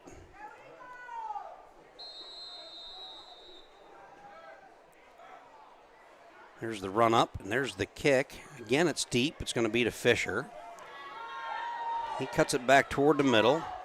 He's got a little room up there, shoots through a gap in the middle, and he's got to the 37-yard line. That's a nice return. Grady Fisher. Number 3, Grady Fisher on the return. Tackled by number 5, John. Tyrone does run a lot of backups, like a lot of second teamers on that kicker or kickoff coverage team, and that's one of those things where you got to perform on those teams if you want to continue to see playing time. So they've struggled a little bit tonight. They haven't given up anything huge, but if you get a kicker that drops it inside the 5, you don't really want to give up the ball at the 37. Yeah. So Millward, who had a tremendous first half, splits out to the right. You've got Hosband and Johnson over here to the left. McCauley behind Fisher in the shotgun. I'd assume that they're bracketing Millward here. Well, that linebacker's coming on every play, but Fisher's going to run up the middle. Nice little 5-yard gain, turn sideways in the hole. He's out to the 42. Second and 5 here. You have Cleeseth comes in for Johnson. Hosband's over here to the left. He doesn't really go back to the huddle. They don't make him run the sprint every play. just does what he wants, man. He's the Fisher in the shotgun. McCauley behind him. Tight end in motion left to right. Fisher's going to run it again. He gets hit pretty hard in the hole there. He's going to gain about a yard. It's going to bring up 3rd and 4 now. Number 3, Grady Fisher on the keeper. Yeah, and this really looks like one of those drives where you're just trying to settle your team down, get a first down or two, and see if you can get things back together and organized again after that disastrous first drive. Right, and you got to really, again, against this Tyrone defense, you got to mix it up. They're going to start jumping plays, and they're going to get a little antsy, and you got to try to use that against them. And if you are too consistent with how you're playing, that is what goes against you eventually. Yeah. So we'll see what they want to do here. Again, they're going to go 5 wides. Yep. Fisher takes a snap, quick out. That's a nice pass to Millward, who is having a serious game today. He is across midfield down to the 48-yard line. That's a gain of 9 on that little flare route. And if I'm being honest, coming into this game, I didn't really know if Fisher could throw the ball or not.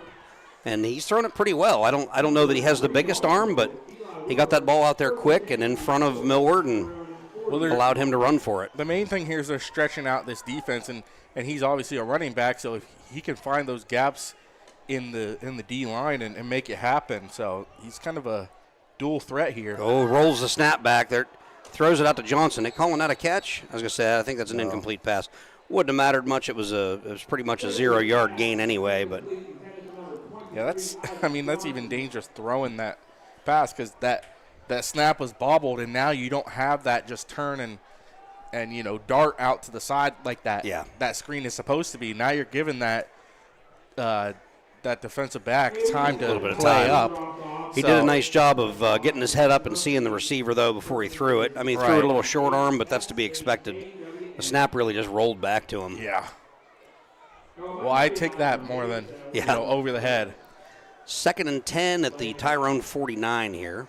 5 wides. Now one comes in motion into a tight end spot. It's going to be a run up the middle. Fisher, boy, he just runs those legs, doesn't he? Yep. That looked like it was going to be bottled up for maybe a yard, and he got 3 out of it. Down to the 46. Number 3. Man, if I was the Eagles, I'd just run this all night, man. I don't know. I mean, there's just so many possibilities out of this, especially when you're considering the, motion as well. You bring a guy in motion, now it's a sweep play. You bring a guy in motion, now it's a sweep play with a lead blocker. Right. So there's a lot of options out of this. Now McCauley's split out in the slot to the right. Bring a guy in 5 wides motion, again. You can do a read option as well. Throw it to the tight end. Nice throw and nice catch. That was not an easy catch. It was behind him. James Cowan with the adjustment. And your biggest commodity as a tight end is your ability to just catch whatever's thrown at you. And that is a prime example right there. Less than optimal throw, but manages to get his hands on it. And, big guy like that, big hands. Yep. You're just able to wrangle that ball in as he's falling down. And, I'm sure he could do that with a guy on him as well. I mean, yeah, he's the he's probably the biggest body archetype. out there at receiver. He's the archetype of a tight end. So Fisher again in the shotgun. He's heading up the middle here. Going to get another, give him almost 3 yards here. Again, there's one of those options. They run a trap play out of that. They were trapping on the end there, so they could have more blockers on the line moving up to that second level. But that's 3 yards, and what did we say last time? You get 3 yards every play, you're going to win. Okay, Bolton Eagles going to send 4. I was going to say 4 wide receivers right, but McCauley switches back to this side. So you have 3 right, 2 left. 5 wides, takes a snap, bringing some heat there. Again, the pass complete to Cowan. Listen, he just catches that ball with his hands, brings it into the body, does a really nice job with the feel on that, and he's got another first down. And I bet you one of his hands engulfs like 3/4 of the ball. When you got 2 hands on it like that, when he does, it ain't coming loose. We started this drive saying, hey, we just need to settle in, try to get a couple first downs, and, now you're 9 plays in, and you've got the ball inside Tyrone's 30-yard line. You're looking for a score here, and you're looking for not field goals. You need to get this to 1-score game again. And they're giving these receivers quite a bit of cushion here on the outside. So, again, that tight end is an easy. Oh, he was looking for the chair route. He flips it out to the right. Oh, nice move by Millward to make some positive yards out of that. Wow. Man. I mean, he only got about 2, but that could have easily been -5. And we talked about the Philadelphia Eagles earlier, and I love Shady McCoy. And that was a little Shady-esque out there from him. He's put some very serious moves on some very good football players tonight and left them trying to tie their shoes on the field. He is shifty for sure.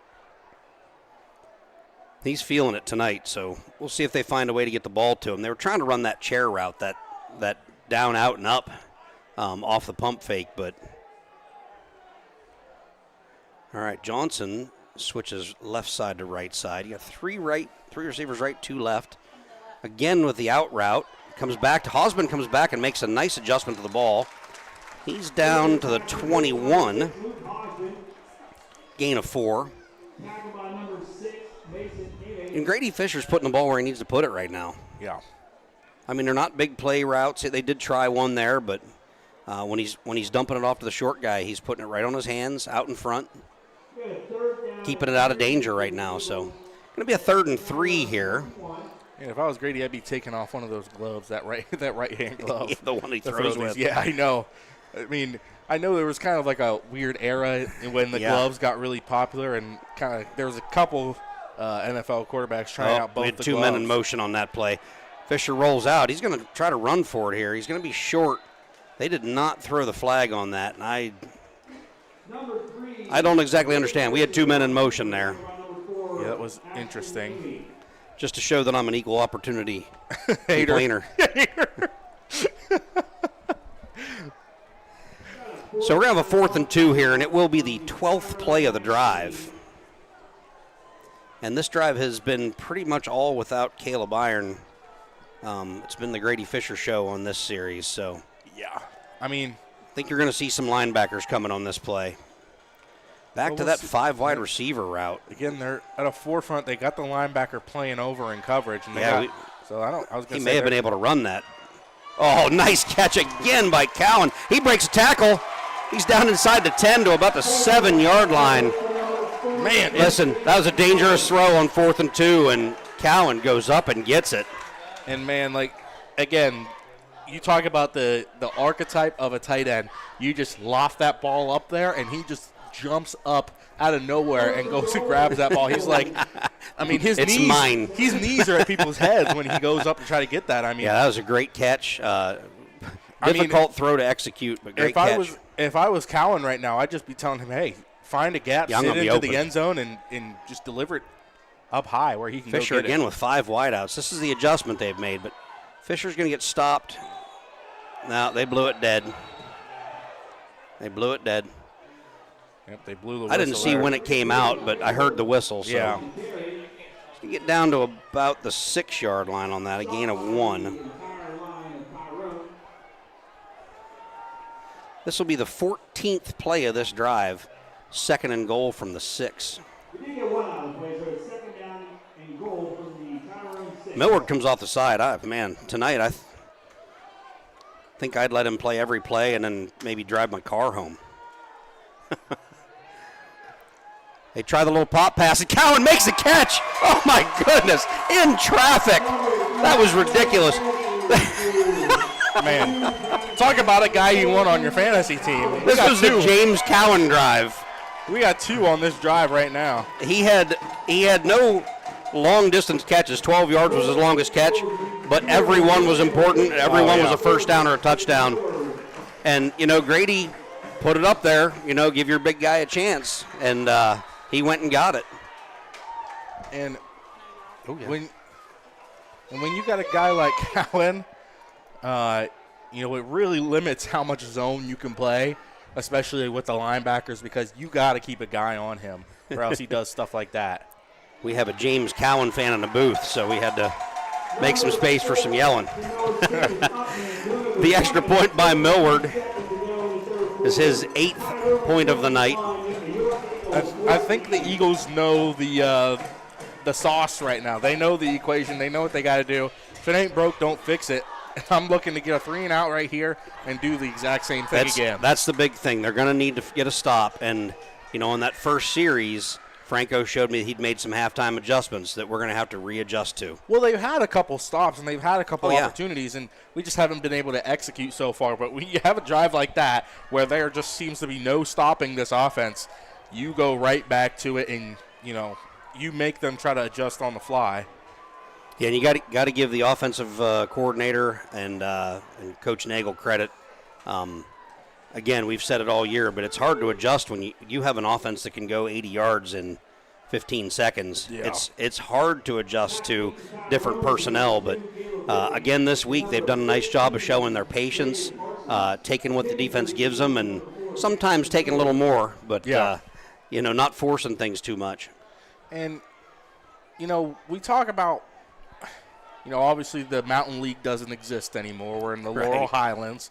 But you talk about those Mountain League teams of the past, and you talk about an area where people are just accustomed to a style of football that is hard-nosed, run it down your throat kind of football. Millward with another onside-ish kick. Number 20 on the return. He's going to be brought down about the 39-yard line. Actually a pretty good return for somebody who I'm guessing doesn't touch the ball much, but that's Colton Wilson on the return. And that was number 46 on the tackle. 48. Sam Clark. Yep, that's Clark. Man, I saw him just get behind that guy, grab his jersey. Got a hold of some jersey. Down. Yeah. Show me that some was grip impressive. strength. He was on water skis for a few seconds there, but he was on his feet, managed to get to him. So Tyrone starts at their own 39 here. They're going to come out with another spread formation. 2 receivers left, one sort of in the near side slot, goes in motion left to right. Handoff up the middle. This is what they did on the first series. This time, great penetration there by Luke Hosband. And that was number 5, Caden Clark. Caden Clark came in low. Hosband came in. Yeah, that was nice job there. That's going to be no gain on the play. Diving at the legs there. Maybe a little that's a big running back. Little wrestling move there. Yeah, that's a big running back. You got to do what you got to do. Yep, you got to high-low him. So 2nd and 10 here for Tyrone. Double twins look here.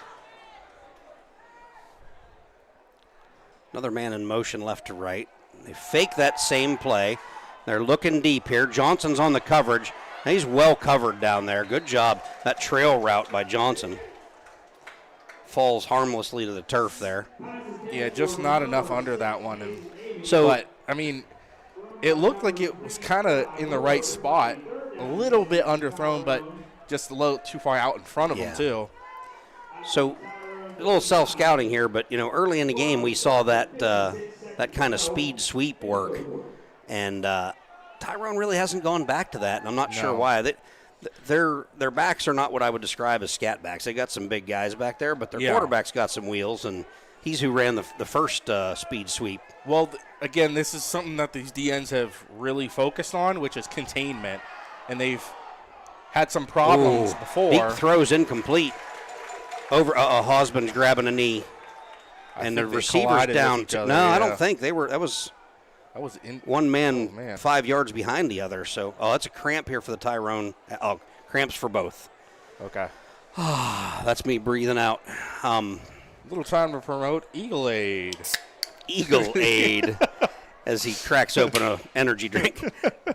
That is not, in fact, Eagle Aid. No, that is not Eagle Aid. Eagle Aid is patent pending. Yeah, that is without giving away too many trade secrets. Keith and I are going to retire on Eagle Aid. We believe it's going to be a mix of mustard and pickle juice. No mustard. All right, I believe it's going to be mustard and pickle juice. Keith's not on board with that yet. I'm on board with the pickle juice, not the mustard. He likes the pickle juice idea. Well, I was just trying to think of recovery drinks, and I can't do pickle juice and chocolate milk. That won't work either. A lot of people out there Gatorade and pickle juice. hacking it up right now. Some banana extract or something. I don't know. I think. What if we do the fancy mustard? Would that be better for you there, Mr. Right, Pinky's out? What's the stuff that comes in the little glass Grey jars? Poupon, man. It's Grey Poupon. Or are you talking about the wasabi mustard? No. Nobody wants that. No, that would be too. We're getting a little out of hand here. It's those halftime cookies that your dad brought. That's the problem. Yeah, I'm sure it is. I don't know where they're from, but they are very pretty. All right, Eagles having a little trouble here after that injury timeout, getting the right personnel on the field. But Tyrone in punt formation. I wouldn't bring too many guys up. Oh, Clark almost got there, and he did affect the punt. Came out a little sideways, takes an a bald eagle area bounce. Everybody's the Eagles today. It's going to go out of bounds at the 42-yard line. And speaking of halftime, we got to thank some people for some food. Definitely the Starting cookies. with Keith. Well, the cookies are great, as always. And obviously thank you to my grandmother for making us some food tonight. I know she's watching. So Listen, I'm a 53-year-old man, but is she thinking about maybe adopting anybody? Or, I can pay my own way. I just I can't make that.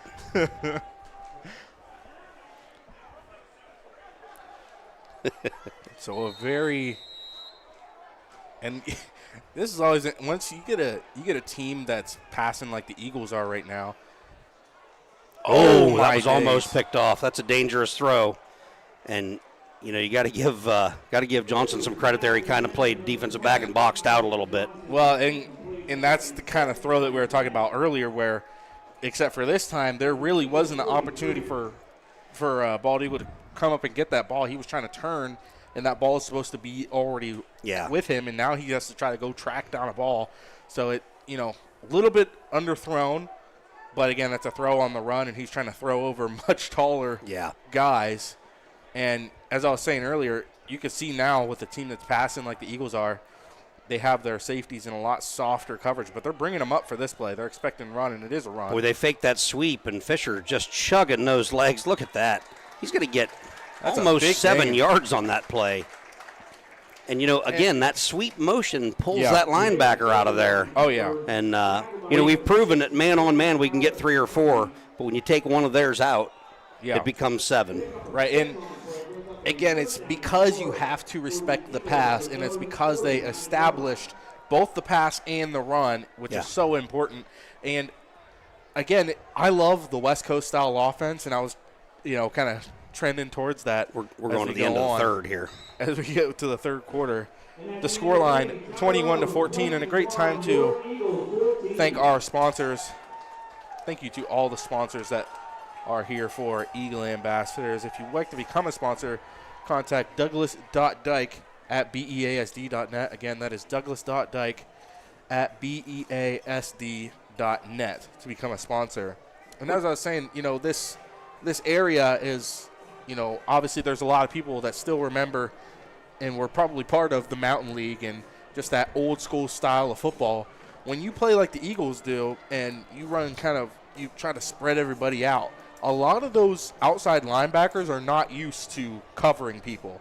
And that's where you really got to take advantage. And when you got a tight end, like the tight end play like we've had tonight, you can tell him, hey, if they're in zone, find a gap, sit down, we'll get you the ball. Get 5 or 6. Yep. And then because they're spread out, you don't have that linebacker help in the B gaps, in the C gaps that you usually would have, and that opens the door to much bigger runs, and the draws have been huge, and almost all of them have been going to that outside gap. So we should mention again that tonight's game is in honor of our veterans, military, and first responders. And anybody who tuned in late, go back 40 minutes before game time when the broadcast starts.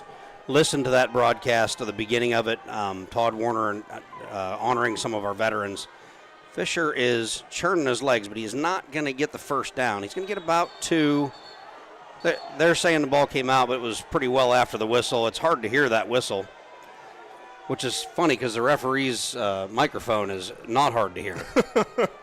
Well, yeah, I mean, it's so hard for a ref to even see a ball come out whenever there's, a whole group of guys around the ball carrier like that. So this is going to bring up 4th and 2, and Tyrone brings in the beef package here. They've got all the big guys in.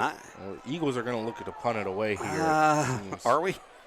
yeah, are we is the question. It's a valid question. They do have their punt team in, but they got a guy in the slot here too. Now Tyrone moves a guy out to cover him here. Yeah, they're going to call timeout. They don't believe it either. And this might be one of those plays where Nagel brings his punt team over and sends his offense back out.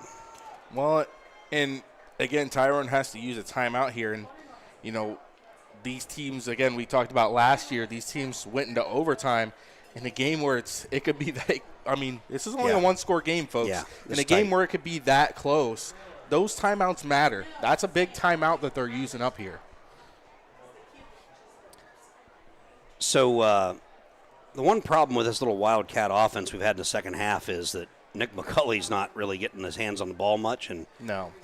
You know, that's something you could think about here. I don't know yet if the offense is coming back out or if the punt team's coming. They're basically the same personnel. And, you know, I'm sure Nick McCulley is a team guy, and I'm sure he doesn't mind it as long as we're getting wins. But one of the other guys that I could see in that same position is a Chase Kane. He's going to be a senior next year, and he's a hard-nosed kid, and he can run the ball just as well as a lot of these running backs. And he also is playing, quarterback, intermittently here and there. So Fisher takes that snap. He rolls out to the right. He's looking to throw it. It's tipped and hits the ground. He's telling him, Jesse wanted him to punt it. If it wasn't open, he wanted him to kick it. Yep, that's a tough option for a kid to read, but again, you get in that quarterback mentality all game. You're trying to make something happen, man. You don't want to kick that ball away. Yeah, I agree. So that's going to turn it over on downs right at midfield, just across, so just inside Tyrone territory by, we're going to call that a foot and a half. Yeah, 49 and a half. All right, now you need to stop. 11 minutes left in the fourth quarter here. You got to figure Tyrone should try to run the clock a little bit. Well, they want to get some cushion here. They want to get another score. Tyrone's an aggressive team. That's going to be the quarterback keeper. He's got a nice little he slides. Oof. He's complaining about getting hit, but when you're running back there, that slide doesn't really protect you from, and it wasn't anything vicious or malicious. So gets about 6 on that carry though.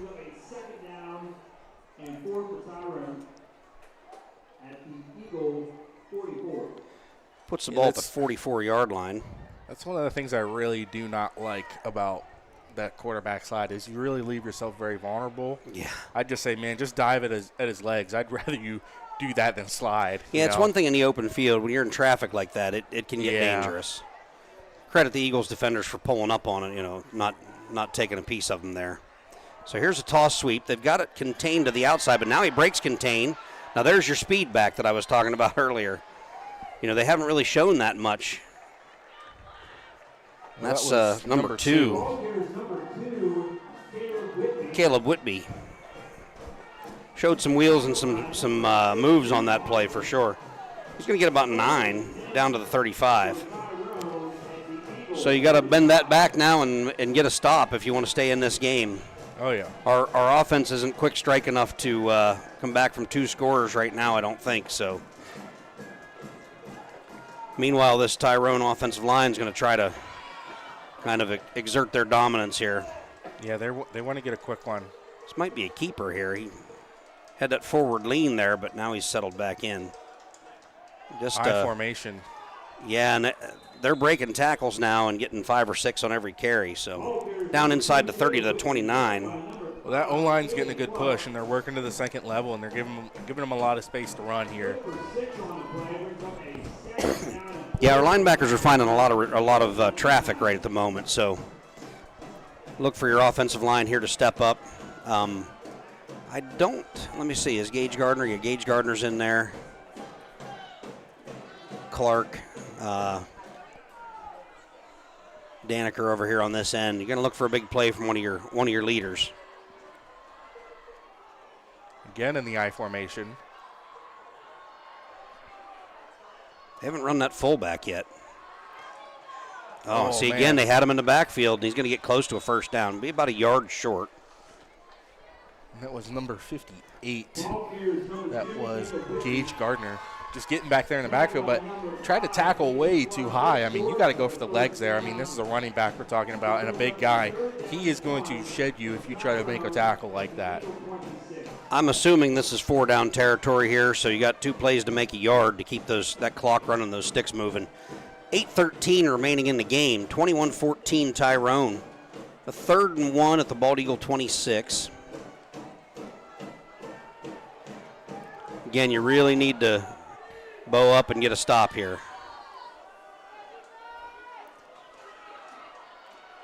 Quarterback keeper. Yep, he's got it. He's down inside the 25 to the 23. So you got a 1st and 10. Getting close to the red zone here. 7:44 remaining in the game. I think you're going to see a lot more of that. It's going to be quarterback, tailback. And at some point they might try to hit one around an end, but they've been getting chunk plays on the ground here, so there's really nothing wrong for them. They're just going to keep running it until the Eagles can stop them. It's funny, both teams' halftime adjustment was kind of the same. Spread the defense out and run the ball. There's a delayed handoff. Ball comes out. Bald Eagle falls on it. Well, there was no whistle blown. We definitely have the ball. Eagles have the ball. Yeah, that ball came out. It was punched out there. Might have been Daniker. I'm not 100% sure, but recovered by Clark. Wow. That's a huge defensive play right there. Bald Eagle's going to take over the 23-yard line. And Drew Nagel had a little shoulder bump with his dad. He just about took him out. He's getting too big for that. Yeah. If you're Tyrone, that's what you couldn't have happen. Right. And if you're Bald Eagle, that's what you needed. So see if they can take advantage. Well, the Eagles.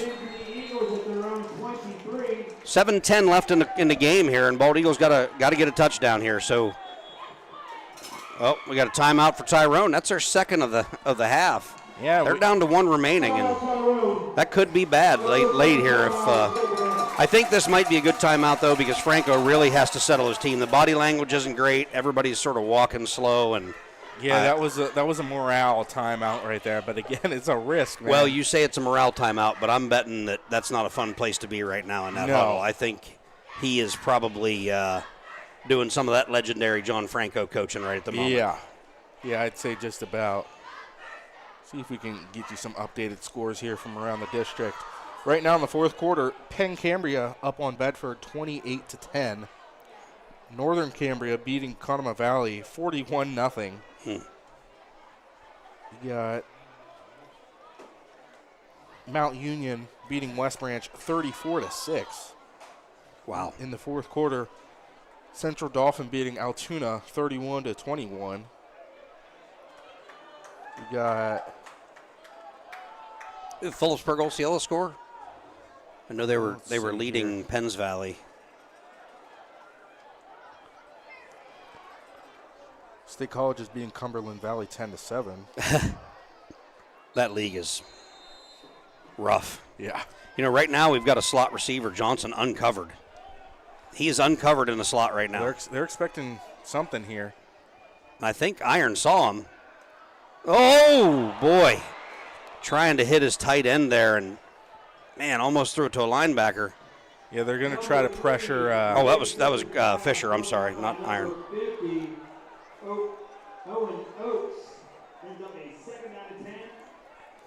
So 2nd and 10. Got to settle in here. There's time on the clock. I mean, you're not looking to score and get the ball back and score again. You're just looking for 1 touchdown here, and you got to get a first down first. Right, and they're giving your guys a lot of cushion on the outside. Just run again. that Johnson's uncovered here. Oh my goodness! Again, they jumped that route, and great play. That's number 33 there. That's Dylan Robinson, right, and he just came shooting off that end spot and got his hands up. Yep. So now we're looking at a 3rd and 10 here. Yeah, and I mean, you got to have a play here to use their aggressiveness against them. I might look to just run a route in right behind that again, because they're going to try to jump that pass again. Or maybe they're going to go back to something a little. more conservative, and they are. They're going to have him in coverage actually I think now. we should watch the tight end here. Well, I think they believe they have a mismatch. No, just going to run it. Going to get a pretty good chunk there. Got about 7. Fisher up the middle. Do you go for it here, or is this the punt team? Punt team's coming on. Punt team is coming off. I was going to say, if you go for it here, you're giving Tyrone a 2-for-1 for sure. Well, at this point, the clock is your enemy, and right, not necessarily the the possessions. But I think they're just going to do the same thing. Hey, do a little roll-out rugby type of kick here. If you see a guy open, and I'm sure they stress, if you see a guy open, give it to him. If not, kick it away. One of my Tyrone friends just told me that they took that second time out because they only had 9 on the field, which on 4th and 2, I guess, is probably not ideal. You're gonna roll out, kick it away. Be a line drive kick. Got to cover it. That's a tough kick to cover. Oh, we got a block in the back, and the ball came out again. Boy, case of the yips here. I think Tyrone's back on it. Yeah, I think he was down Yeah, before they're that calling ball him down. came out. Yep. But it's still a flag on the play here. Probably. Yeah, that's going to hurt. That's you're looking gonna at be a block either a in the back. hold or a block in the back here. And I think it was that first block that might have been a hold. That very first one as he was coming back upfield. Flag was right in the middle of the field. It's right at the base of the A on the far right side there, but so it should be from the spot, right? Yeah. Or where the ball was when the flag was thrown. Right. However that works. So I think that's going to put the ball at the Tyrone. Well, it depends on the penalty. Oh, personal foul. Blindside block. Yeah, that hurts. That is a much bigger loss then. So really comes down to cases now. Bald Eagles got to get a stop. Don't necessarily need to go 3 and out. You've got 3 timeouts, but you can't give up, 3 or 4 first downs here. You've got to get a stop here pretty quickly. So well, you got to have some pushback up front here if you want to stop the run. And this is where you're missing that big Jake Gardner. Yeah, that's a gain of 5 on, well, maybe 6. Right off the right side there. Again, he's just getting to the second level. Those linemen are working to the second level with ease, man. Yeah, and Gage Gardner's got a limp, and he's shaking a hand, and he's toughing it out right now. But coach, tell him to calm down the body language, or they're going to run at him again. Well, they're just doing. We talked about old school football. This is old school football right here. I formation, under center. Yeah, here's looking to pass. Here's now. the route, and he's got a man out there in the flat. He's going to take off with it. Oh, and he gets hit hard by Cunningham. Pushed out of bounds about the 38. That was defended as well as you could in that situation when you're looking for that run up the middle. Yeah. He's going to bring up a 3rd and 2 here. So 5:14 left in this game, 21-14 Tyrone. You've got your shot right here. And this is a gut check right here for the D-line, especially the interior guys. This is when, they say this is where you make your money. This is where you got to toughen up. You got to get off a block. You got to make something happen. You got to disrupt the play somehow. Boy, look at Drew Nagel patting guys on the shoulder pads, telling them this is the time. I mean, yeah, and that's experience right yes, there. Yes, it is. For a young guy, that's impressive. And they get some penetration, but they stop him short. He broke a tackle in the backfield. They're signaling first down. He is not close. He's a full yard short. Again, this is another gut check right now. 4th and 1. You've been holding up on defense. Do you punt it here? We're inside 5 minutes. Man, they weren't really able to do too much on offense last time. I'd say, you know what, punt it and give your defense. I think they sent their offense back out. They're going to go for it. Well, here, 4th and 1. I'm wondering. There's 20 left on the play clock. I'm wondering if they're going to try to draw the Eagles off sides. Would be the smart play here. Well, then they risk using their last timeout. I don't think they would. No, they won't call a timeout if they don't draw them. Oh, they're going for it. And he's going to get it by about a foot. Wow, that's a gutsy call. And we had penetration. Gage Gardner. Yeah. That was about as much as you could do as an interior lineman. He made him bounce it outside. Whew. Man. Nice cut by the tailback there. to get that thing outside of the penetration, but he dove. He knew what he needed to get, and he went and got it. So we got a 1st and 10, 4:05 remaining. So really, you can't give up. I mean, you got 3 timeouts. You can give up one more first down maybe, but ideally you got to stop them on this series. And I'm guessing they're not going to snap the ball until it's inside 5 on the play clock here. Going to hard count. Yep, 3, 2, and there's a snap. Good penetration again. Stop them for about a gain of 1. Number 4, Ashton Amy on the carry. Gage Gardner really gut check right now. He's doing a good job in there, battling through some things that hurt. We called a timeout here. Yeah, the Eagles are going to call their first timeout here. And that's just to try to stop the clock a little bit with 3:38 left to go here. And a great time to give a final thank to our sponsors. All the sponsors are the ones that allow us to bring you all this beautiful content on YouTube and playoff content hopefully later this season. If you'd like to become a sponsor of the Eagle Ambassadors, contact douglas.dyke@beasd.net. Again, that's douglas.dyke@beasd.net to become a sponsor. Thank you again to our veterans and first responders, celebrating them tonight. They got into the game for free. We had some on-field festivities before the game. Give Todd Warner some credit here. Nobody likes to beat Tyrone more than Todd, but he was very complimentary of the Blair County and Tyrone area veterans. He gave some interesting statistics that are worth going back and listening to, if you have a few minutes before or after the game's over here. So, but right now there's 3:38 remaining. We have a 2nd and 9 at Tyrone's 42-yard line. Eagles need a stop, and Tyrone needs a couple of first downs here. That first play they gained a yard, and Bald Eagle chose to use a timeout, thinking maybe they'd get a stop here. So he pulls that out, and he's got some room to the outside. He's going to get a decent gain, going to bring up a 3rd and 2 here. So they're back in the same situation that they were. Yeah. He gained almost 7, and that's more than they wanted to give up on that play. Again, that clock just ticking down. They're taking their time, man. Blake Hauk Leitzel checks back into the game. Clark comes over, get a breather. Again, if you're the Eagles, you need a stop. And boy, yeah, they're going to run it, but yeah, it's just John Franco. What are the odds you throw a little slant route here? Oh man. Well, they're double twins right now, so I wouldn't be surprised. Yep, they're going to bring a man in motion, and it's essentially going to be an I formation handoff. Nagel came up into the hole, and he's going to stop him short. They're at the 50. It's going to be 4th down and 1. And, they went for it before. You got to figure they're going to. No, they're going to wave him for a first down. There is zero chance that was a first down. I'm sorry. He was stopped a yard short.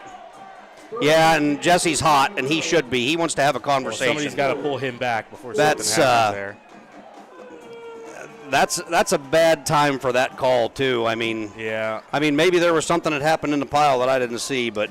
I'm in the camp where, if you're going to have 4th and 1, you put the ball exactly where you think that ball was. I don't think he ever got close to the 49 of Bald Eagle area, did he? Well, even if he did, I'm saying you got to put that ball exactly where you think he got down, and if you have to, send out the makes a stiff arm. Yeah, nice play though for no gain out here by Fisher. So you still have those 2 timeouts remaining. We're going to call one of them now.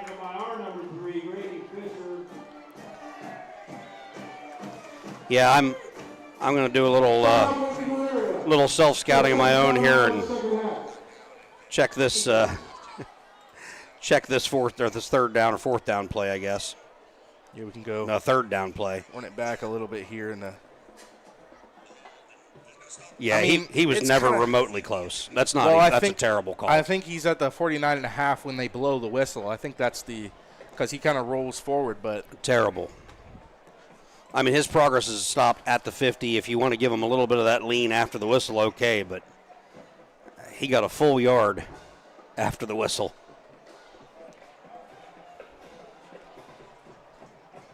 I don't know how you make that spot in that situation.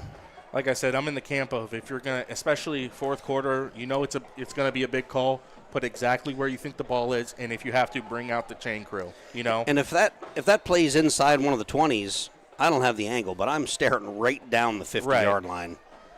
I got the best seat in the house for that. Apparently better than a couple of guys in stripes, but yeah, again, for me, it's put it exactly where it is instead of choosing 1 yard line or the other, Yeah. 2:05 remaining here in the game. 21-14 Tyrone. 2nd and 10. They may throw it here. He's going to try to sprint out right, and we bottle that up again. Gage Gardner just putting in work. Daneker and Gardner on that tackle. I mean, as big as he is, Gardner just soaks up bodies, He does. He does. He's the biggest guy out there on the line right now, and seems like he shook off that little. He was dinged up there earlier, and yeah. We're down to 3rd and 10 here. We just used our last timeout, so you need a stop here. That's going to give you the ball. If you make a stop and get the punt, you'll get the ball back with about a minute 10, minute 15 left, something like that. Might be a situation where you have to come after the punter because the offense has not really moved the ball that well. But we got to get a stop first. Yep. Some more scores here. 15-15 tied up between Bellefonte and Clearfield. Wow. Bellefonte's got an interesting team. Yeah. They kind of seem like some nights they're on, some nights they're off. Yeah. But I mean, again, the teams are kind of still shaking, where they're gonna kind of sit. But yeah. It seems to be very odd there. Some of their wins and some of their losses seem to be a little. So there's weird. No way you throw it here if you're Tyrone, right? You have to run the ball and run clock here, right? You'd think. They are going to roll out. He does not have any receivers open. He's going to throw it back across. Oh, and Grady Fisher with a great play. Almost looked like Millward there. Very close to intercepting. That's huge because that stops the clock with 1:52 remaining. Yeah, that is a huge play. And Grady Fisher is the opposite side safety that time. And we remember very, very early in the game, they got burnt for playing forward. Yeah. But Grady Fisher took a gamble, played forward, got to that ball first, and man. Okay, on Veterans Night, how about the Todd Warner special? Let's snap this one about 7 yards over his head. Over his head, yeah. Yeah, I like the sound of that. 1:52 left on the clock. We got 10 guys up here, close within 5 yards of the line of scrimmage. Going to bring about 8 of them. There was a high snap, but that's a short punt again. Going to take a good bounce. He's going to take it. Colin Cunningham, smart play. He's going to get about 10 yards on that return. Wow, brave. He caught that at the 19, took it out to the 30. Yeah, so if anybody at home is wondering, you watch football on Saturdays and Sundays, whenever that returner, whether it's kick or punt, puts their arms out to the side, almost making like a T motion, that's the kind of the universal sign of, hey, slow up, I'm not going to catch this ball. He makes that signal. That ball takes a big bounce and kind of just sees everybody on the Tyrone side relax. He says, you know what, I'm going to just take this instead. Grabs it and goes for a couple yards, and he saw, I think, how big of another bounce it was probably going to take. So we're going to ride Grady Fisher here, and he's going to swing that one out. It's tipped and knocked away again. These defensive ends have done that a few times, and that's when you have a short quarterback like that. And I don't mind the screen pass, but their coaches are calling that a lateral. That is incorrect. Wishful thinking. And I like the screen pass call, but again, you have to. This is what they're trying to do now. You got to use it against them because they're playing forward and they're playing with that purpose. I'd like to see him just take that little step back, act as he's going to throw it, and then just take the draw and take what he can get there. Yeah, take it inside that rusher. Again, just keep him honest. Get him off his feet. Run it up inside. Or maybe even just run a screenplay there. So he is going to run it on this one. He gets hit hard. Interior lineman there. The big hit, number 76, which I do not have. 3rd and 9 here, and again, this Eagles team is a big play offense, but when they don't get the big play, they're playing from behind, and this is a crucial point in the game, and the clock is running now. Minute 17 to go in the game. They're having some issues here. Getting lined up. They got plenty of time on the play clock, though. Drops back. He's going to And cut it up. that's exactly He's got what room. they did. He's got room here. Good block by Millward. Man, Very nice play there. He did exactly what you said. I'm sorry. Exactly. Little pump fake. Get that guy off his feet. Cut it up inside and get, about 16 yards on that carry? Yeah. Oh, actually, I had to kind of stop myself. got more than that. He got about 22 on that carry. Little ego moment there. I was like, Hey, that's did I okay. tell you or did I tell you? You earned that one. So now they're going to line up. Again, that's going to keep these DNs honest. They were getting a lot of penetration into the backfield there. He drops back again, rolls. Oh, it's a face mask. He threw it away. He's got a receiver right in front of you, sir. I'm trying to help him, but that's an incomplete pass. It's not a horse collar. He had a hold of the back of the jersey and not inside. Uh-oh. Yeah, he's hurt. Yeah, so Iron's going to step in. He's put in work tonight for sure. Man, how do you feel if you're Iron? You're the starting quarterback, and now on 2 drives for the most of the drive, you haven't been in. Now listen, if they call this intentional grounding, I'm going to be very irritated. Of course they did. Doesn't matter. He had a receiver right in front of him. He had a receiver right here on the sideline. This is the second time this season that they've hurt us with that one. Yeah. Now look, he was throwing it away. There's no question. But yeah. intent doesn't come into it if you have a receiver within a couple yards of it. Yeah, I don't know about that call. And the first time we saw it, Macaulay did not show people that he was. Actually, they didn't. I don't understand what just happened. It's 2nd and 10. I think they denied that. Maybe his microphone wasn't on at the right time. But so Iron's going to take the snap here. He rolls out left. There's a man right in his face immediately. That was not the right side for us to roll out to. We got a lineman limping down there. That's number 51. Well, you got to use the timeout. You don't have any. Daniker's coming out. So that's a big loss back to the 42 of Bald Eagle. And you got 3rd and very long here. So we're going to have to throw some deep. The clock's running, 27 seconds remaining. Yeah, the straight drop back is better. He lofts one up, and that's right to a Tyrone defender. Going to be intercepted, and he's brought down. Oh. What did we have here? Because we've got a man down behind the play. Whatever flag it is, it's probably going to be post after possession. that. Yeah. 13 seconds remain in this game, and it's looking like Tyrone is going to leave Wingate with a win. Hosband is down. He's got a cramp, I think. Yeah, that's his second cramp of the game. He's been gutting it out, though. Number 2, Caleb Whitby with the interception. So they're going to talk this over and see what exactly happened here. Yeah, and Iron was just trying to find anybody downfield at that point. Well, there was a clear miscommunication there because there was nobody even in the zip code of where he was throwing. We have grasping the face mask. That'll be 5 yards from the end of the run, first down. So that's a face mask penalty post-possession. So that's going to be Tyrone's ball. And they're going to take a knee here. And that should be the end of this game. And we talked about timeouts hurting them at the end, and that was the case for the Eagles, actually. So if they called a face mask on Bald Eagle, I guess. So they're going to take over at the Bald Eagle 44. So, listen, a couple of very, very evenly matched teams here from what I saw. I don't think Tyrone will be thrilled with their execution today, but it was enough to get it done.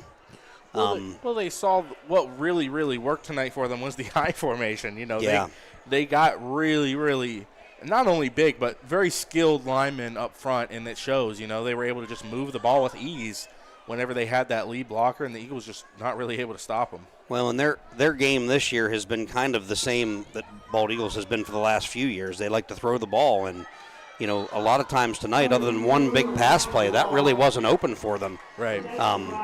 So give Franco and his staff credit. They adjusted to that. They did kind of what Jesse has been trying to do, and they just tried to get 3, 4, 5 yards of play, and it worked out for them. But really an excellent ball game tonight. I obviously wish the result had been a little different, and if we had those first 8 minutes back, maybe it would be, but your Eagles are going to leave here 1-3, and Tyrone is going to leave with a 3-1 record. And Bald Eagle next week will host Phillipsburg Osceola, who is on a bit of a heater as well. Yeah. So it doesn't get easier. No, it is not an easy schedule for Bald Eagle by any stretch of the imagination. I mean, week 2 you had to play one of the toughest teams maybe in the state. This year. I mean, and we talked about, that snowball effect that the first couple games of the season can have, and you see that kind of work out here where Tyrone, they come into that, situation where they're trying to defend their lead and they have all the confidence in the world, and Bald Eagle trying to just figure it out and make something happen here. That's not to say that they can't, win some more games this season, but that does have an effect on you as a player for sure. Yep. So not much else to say other than we're going to see the Bald Eagle student section and players sing the alma mater here. I'd like to thank every person here for joining us tonight. Again, another thank you to all of our sponsors that make these streams happen.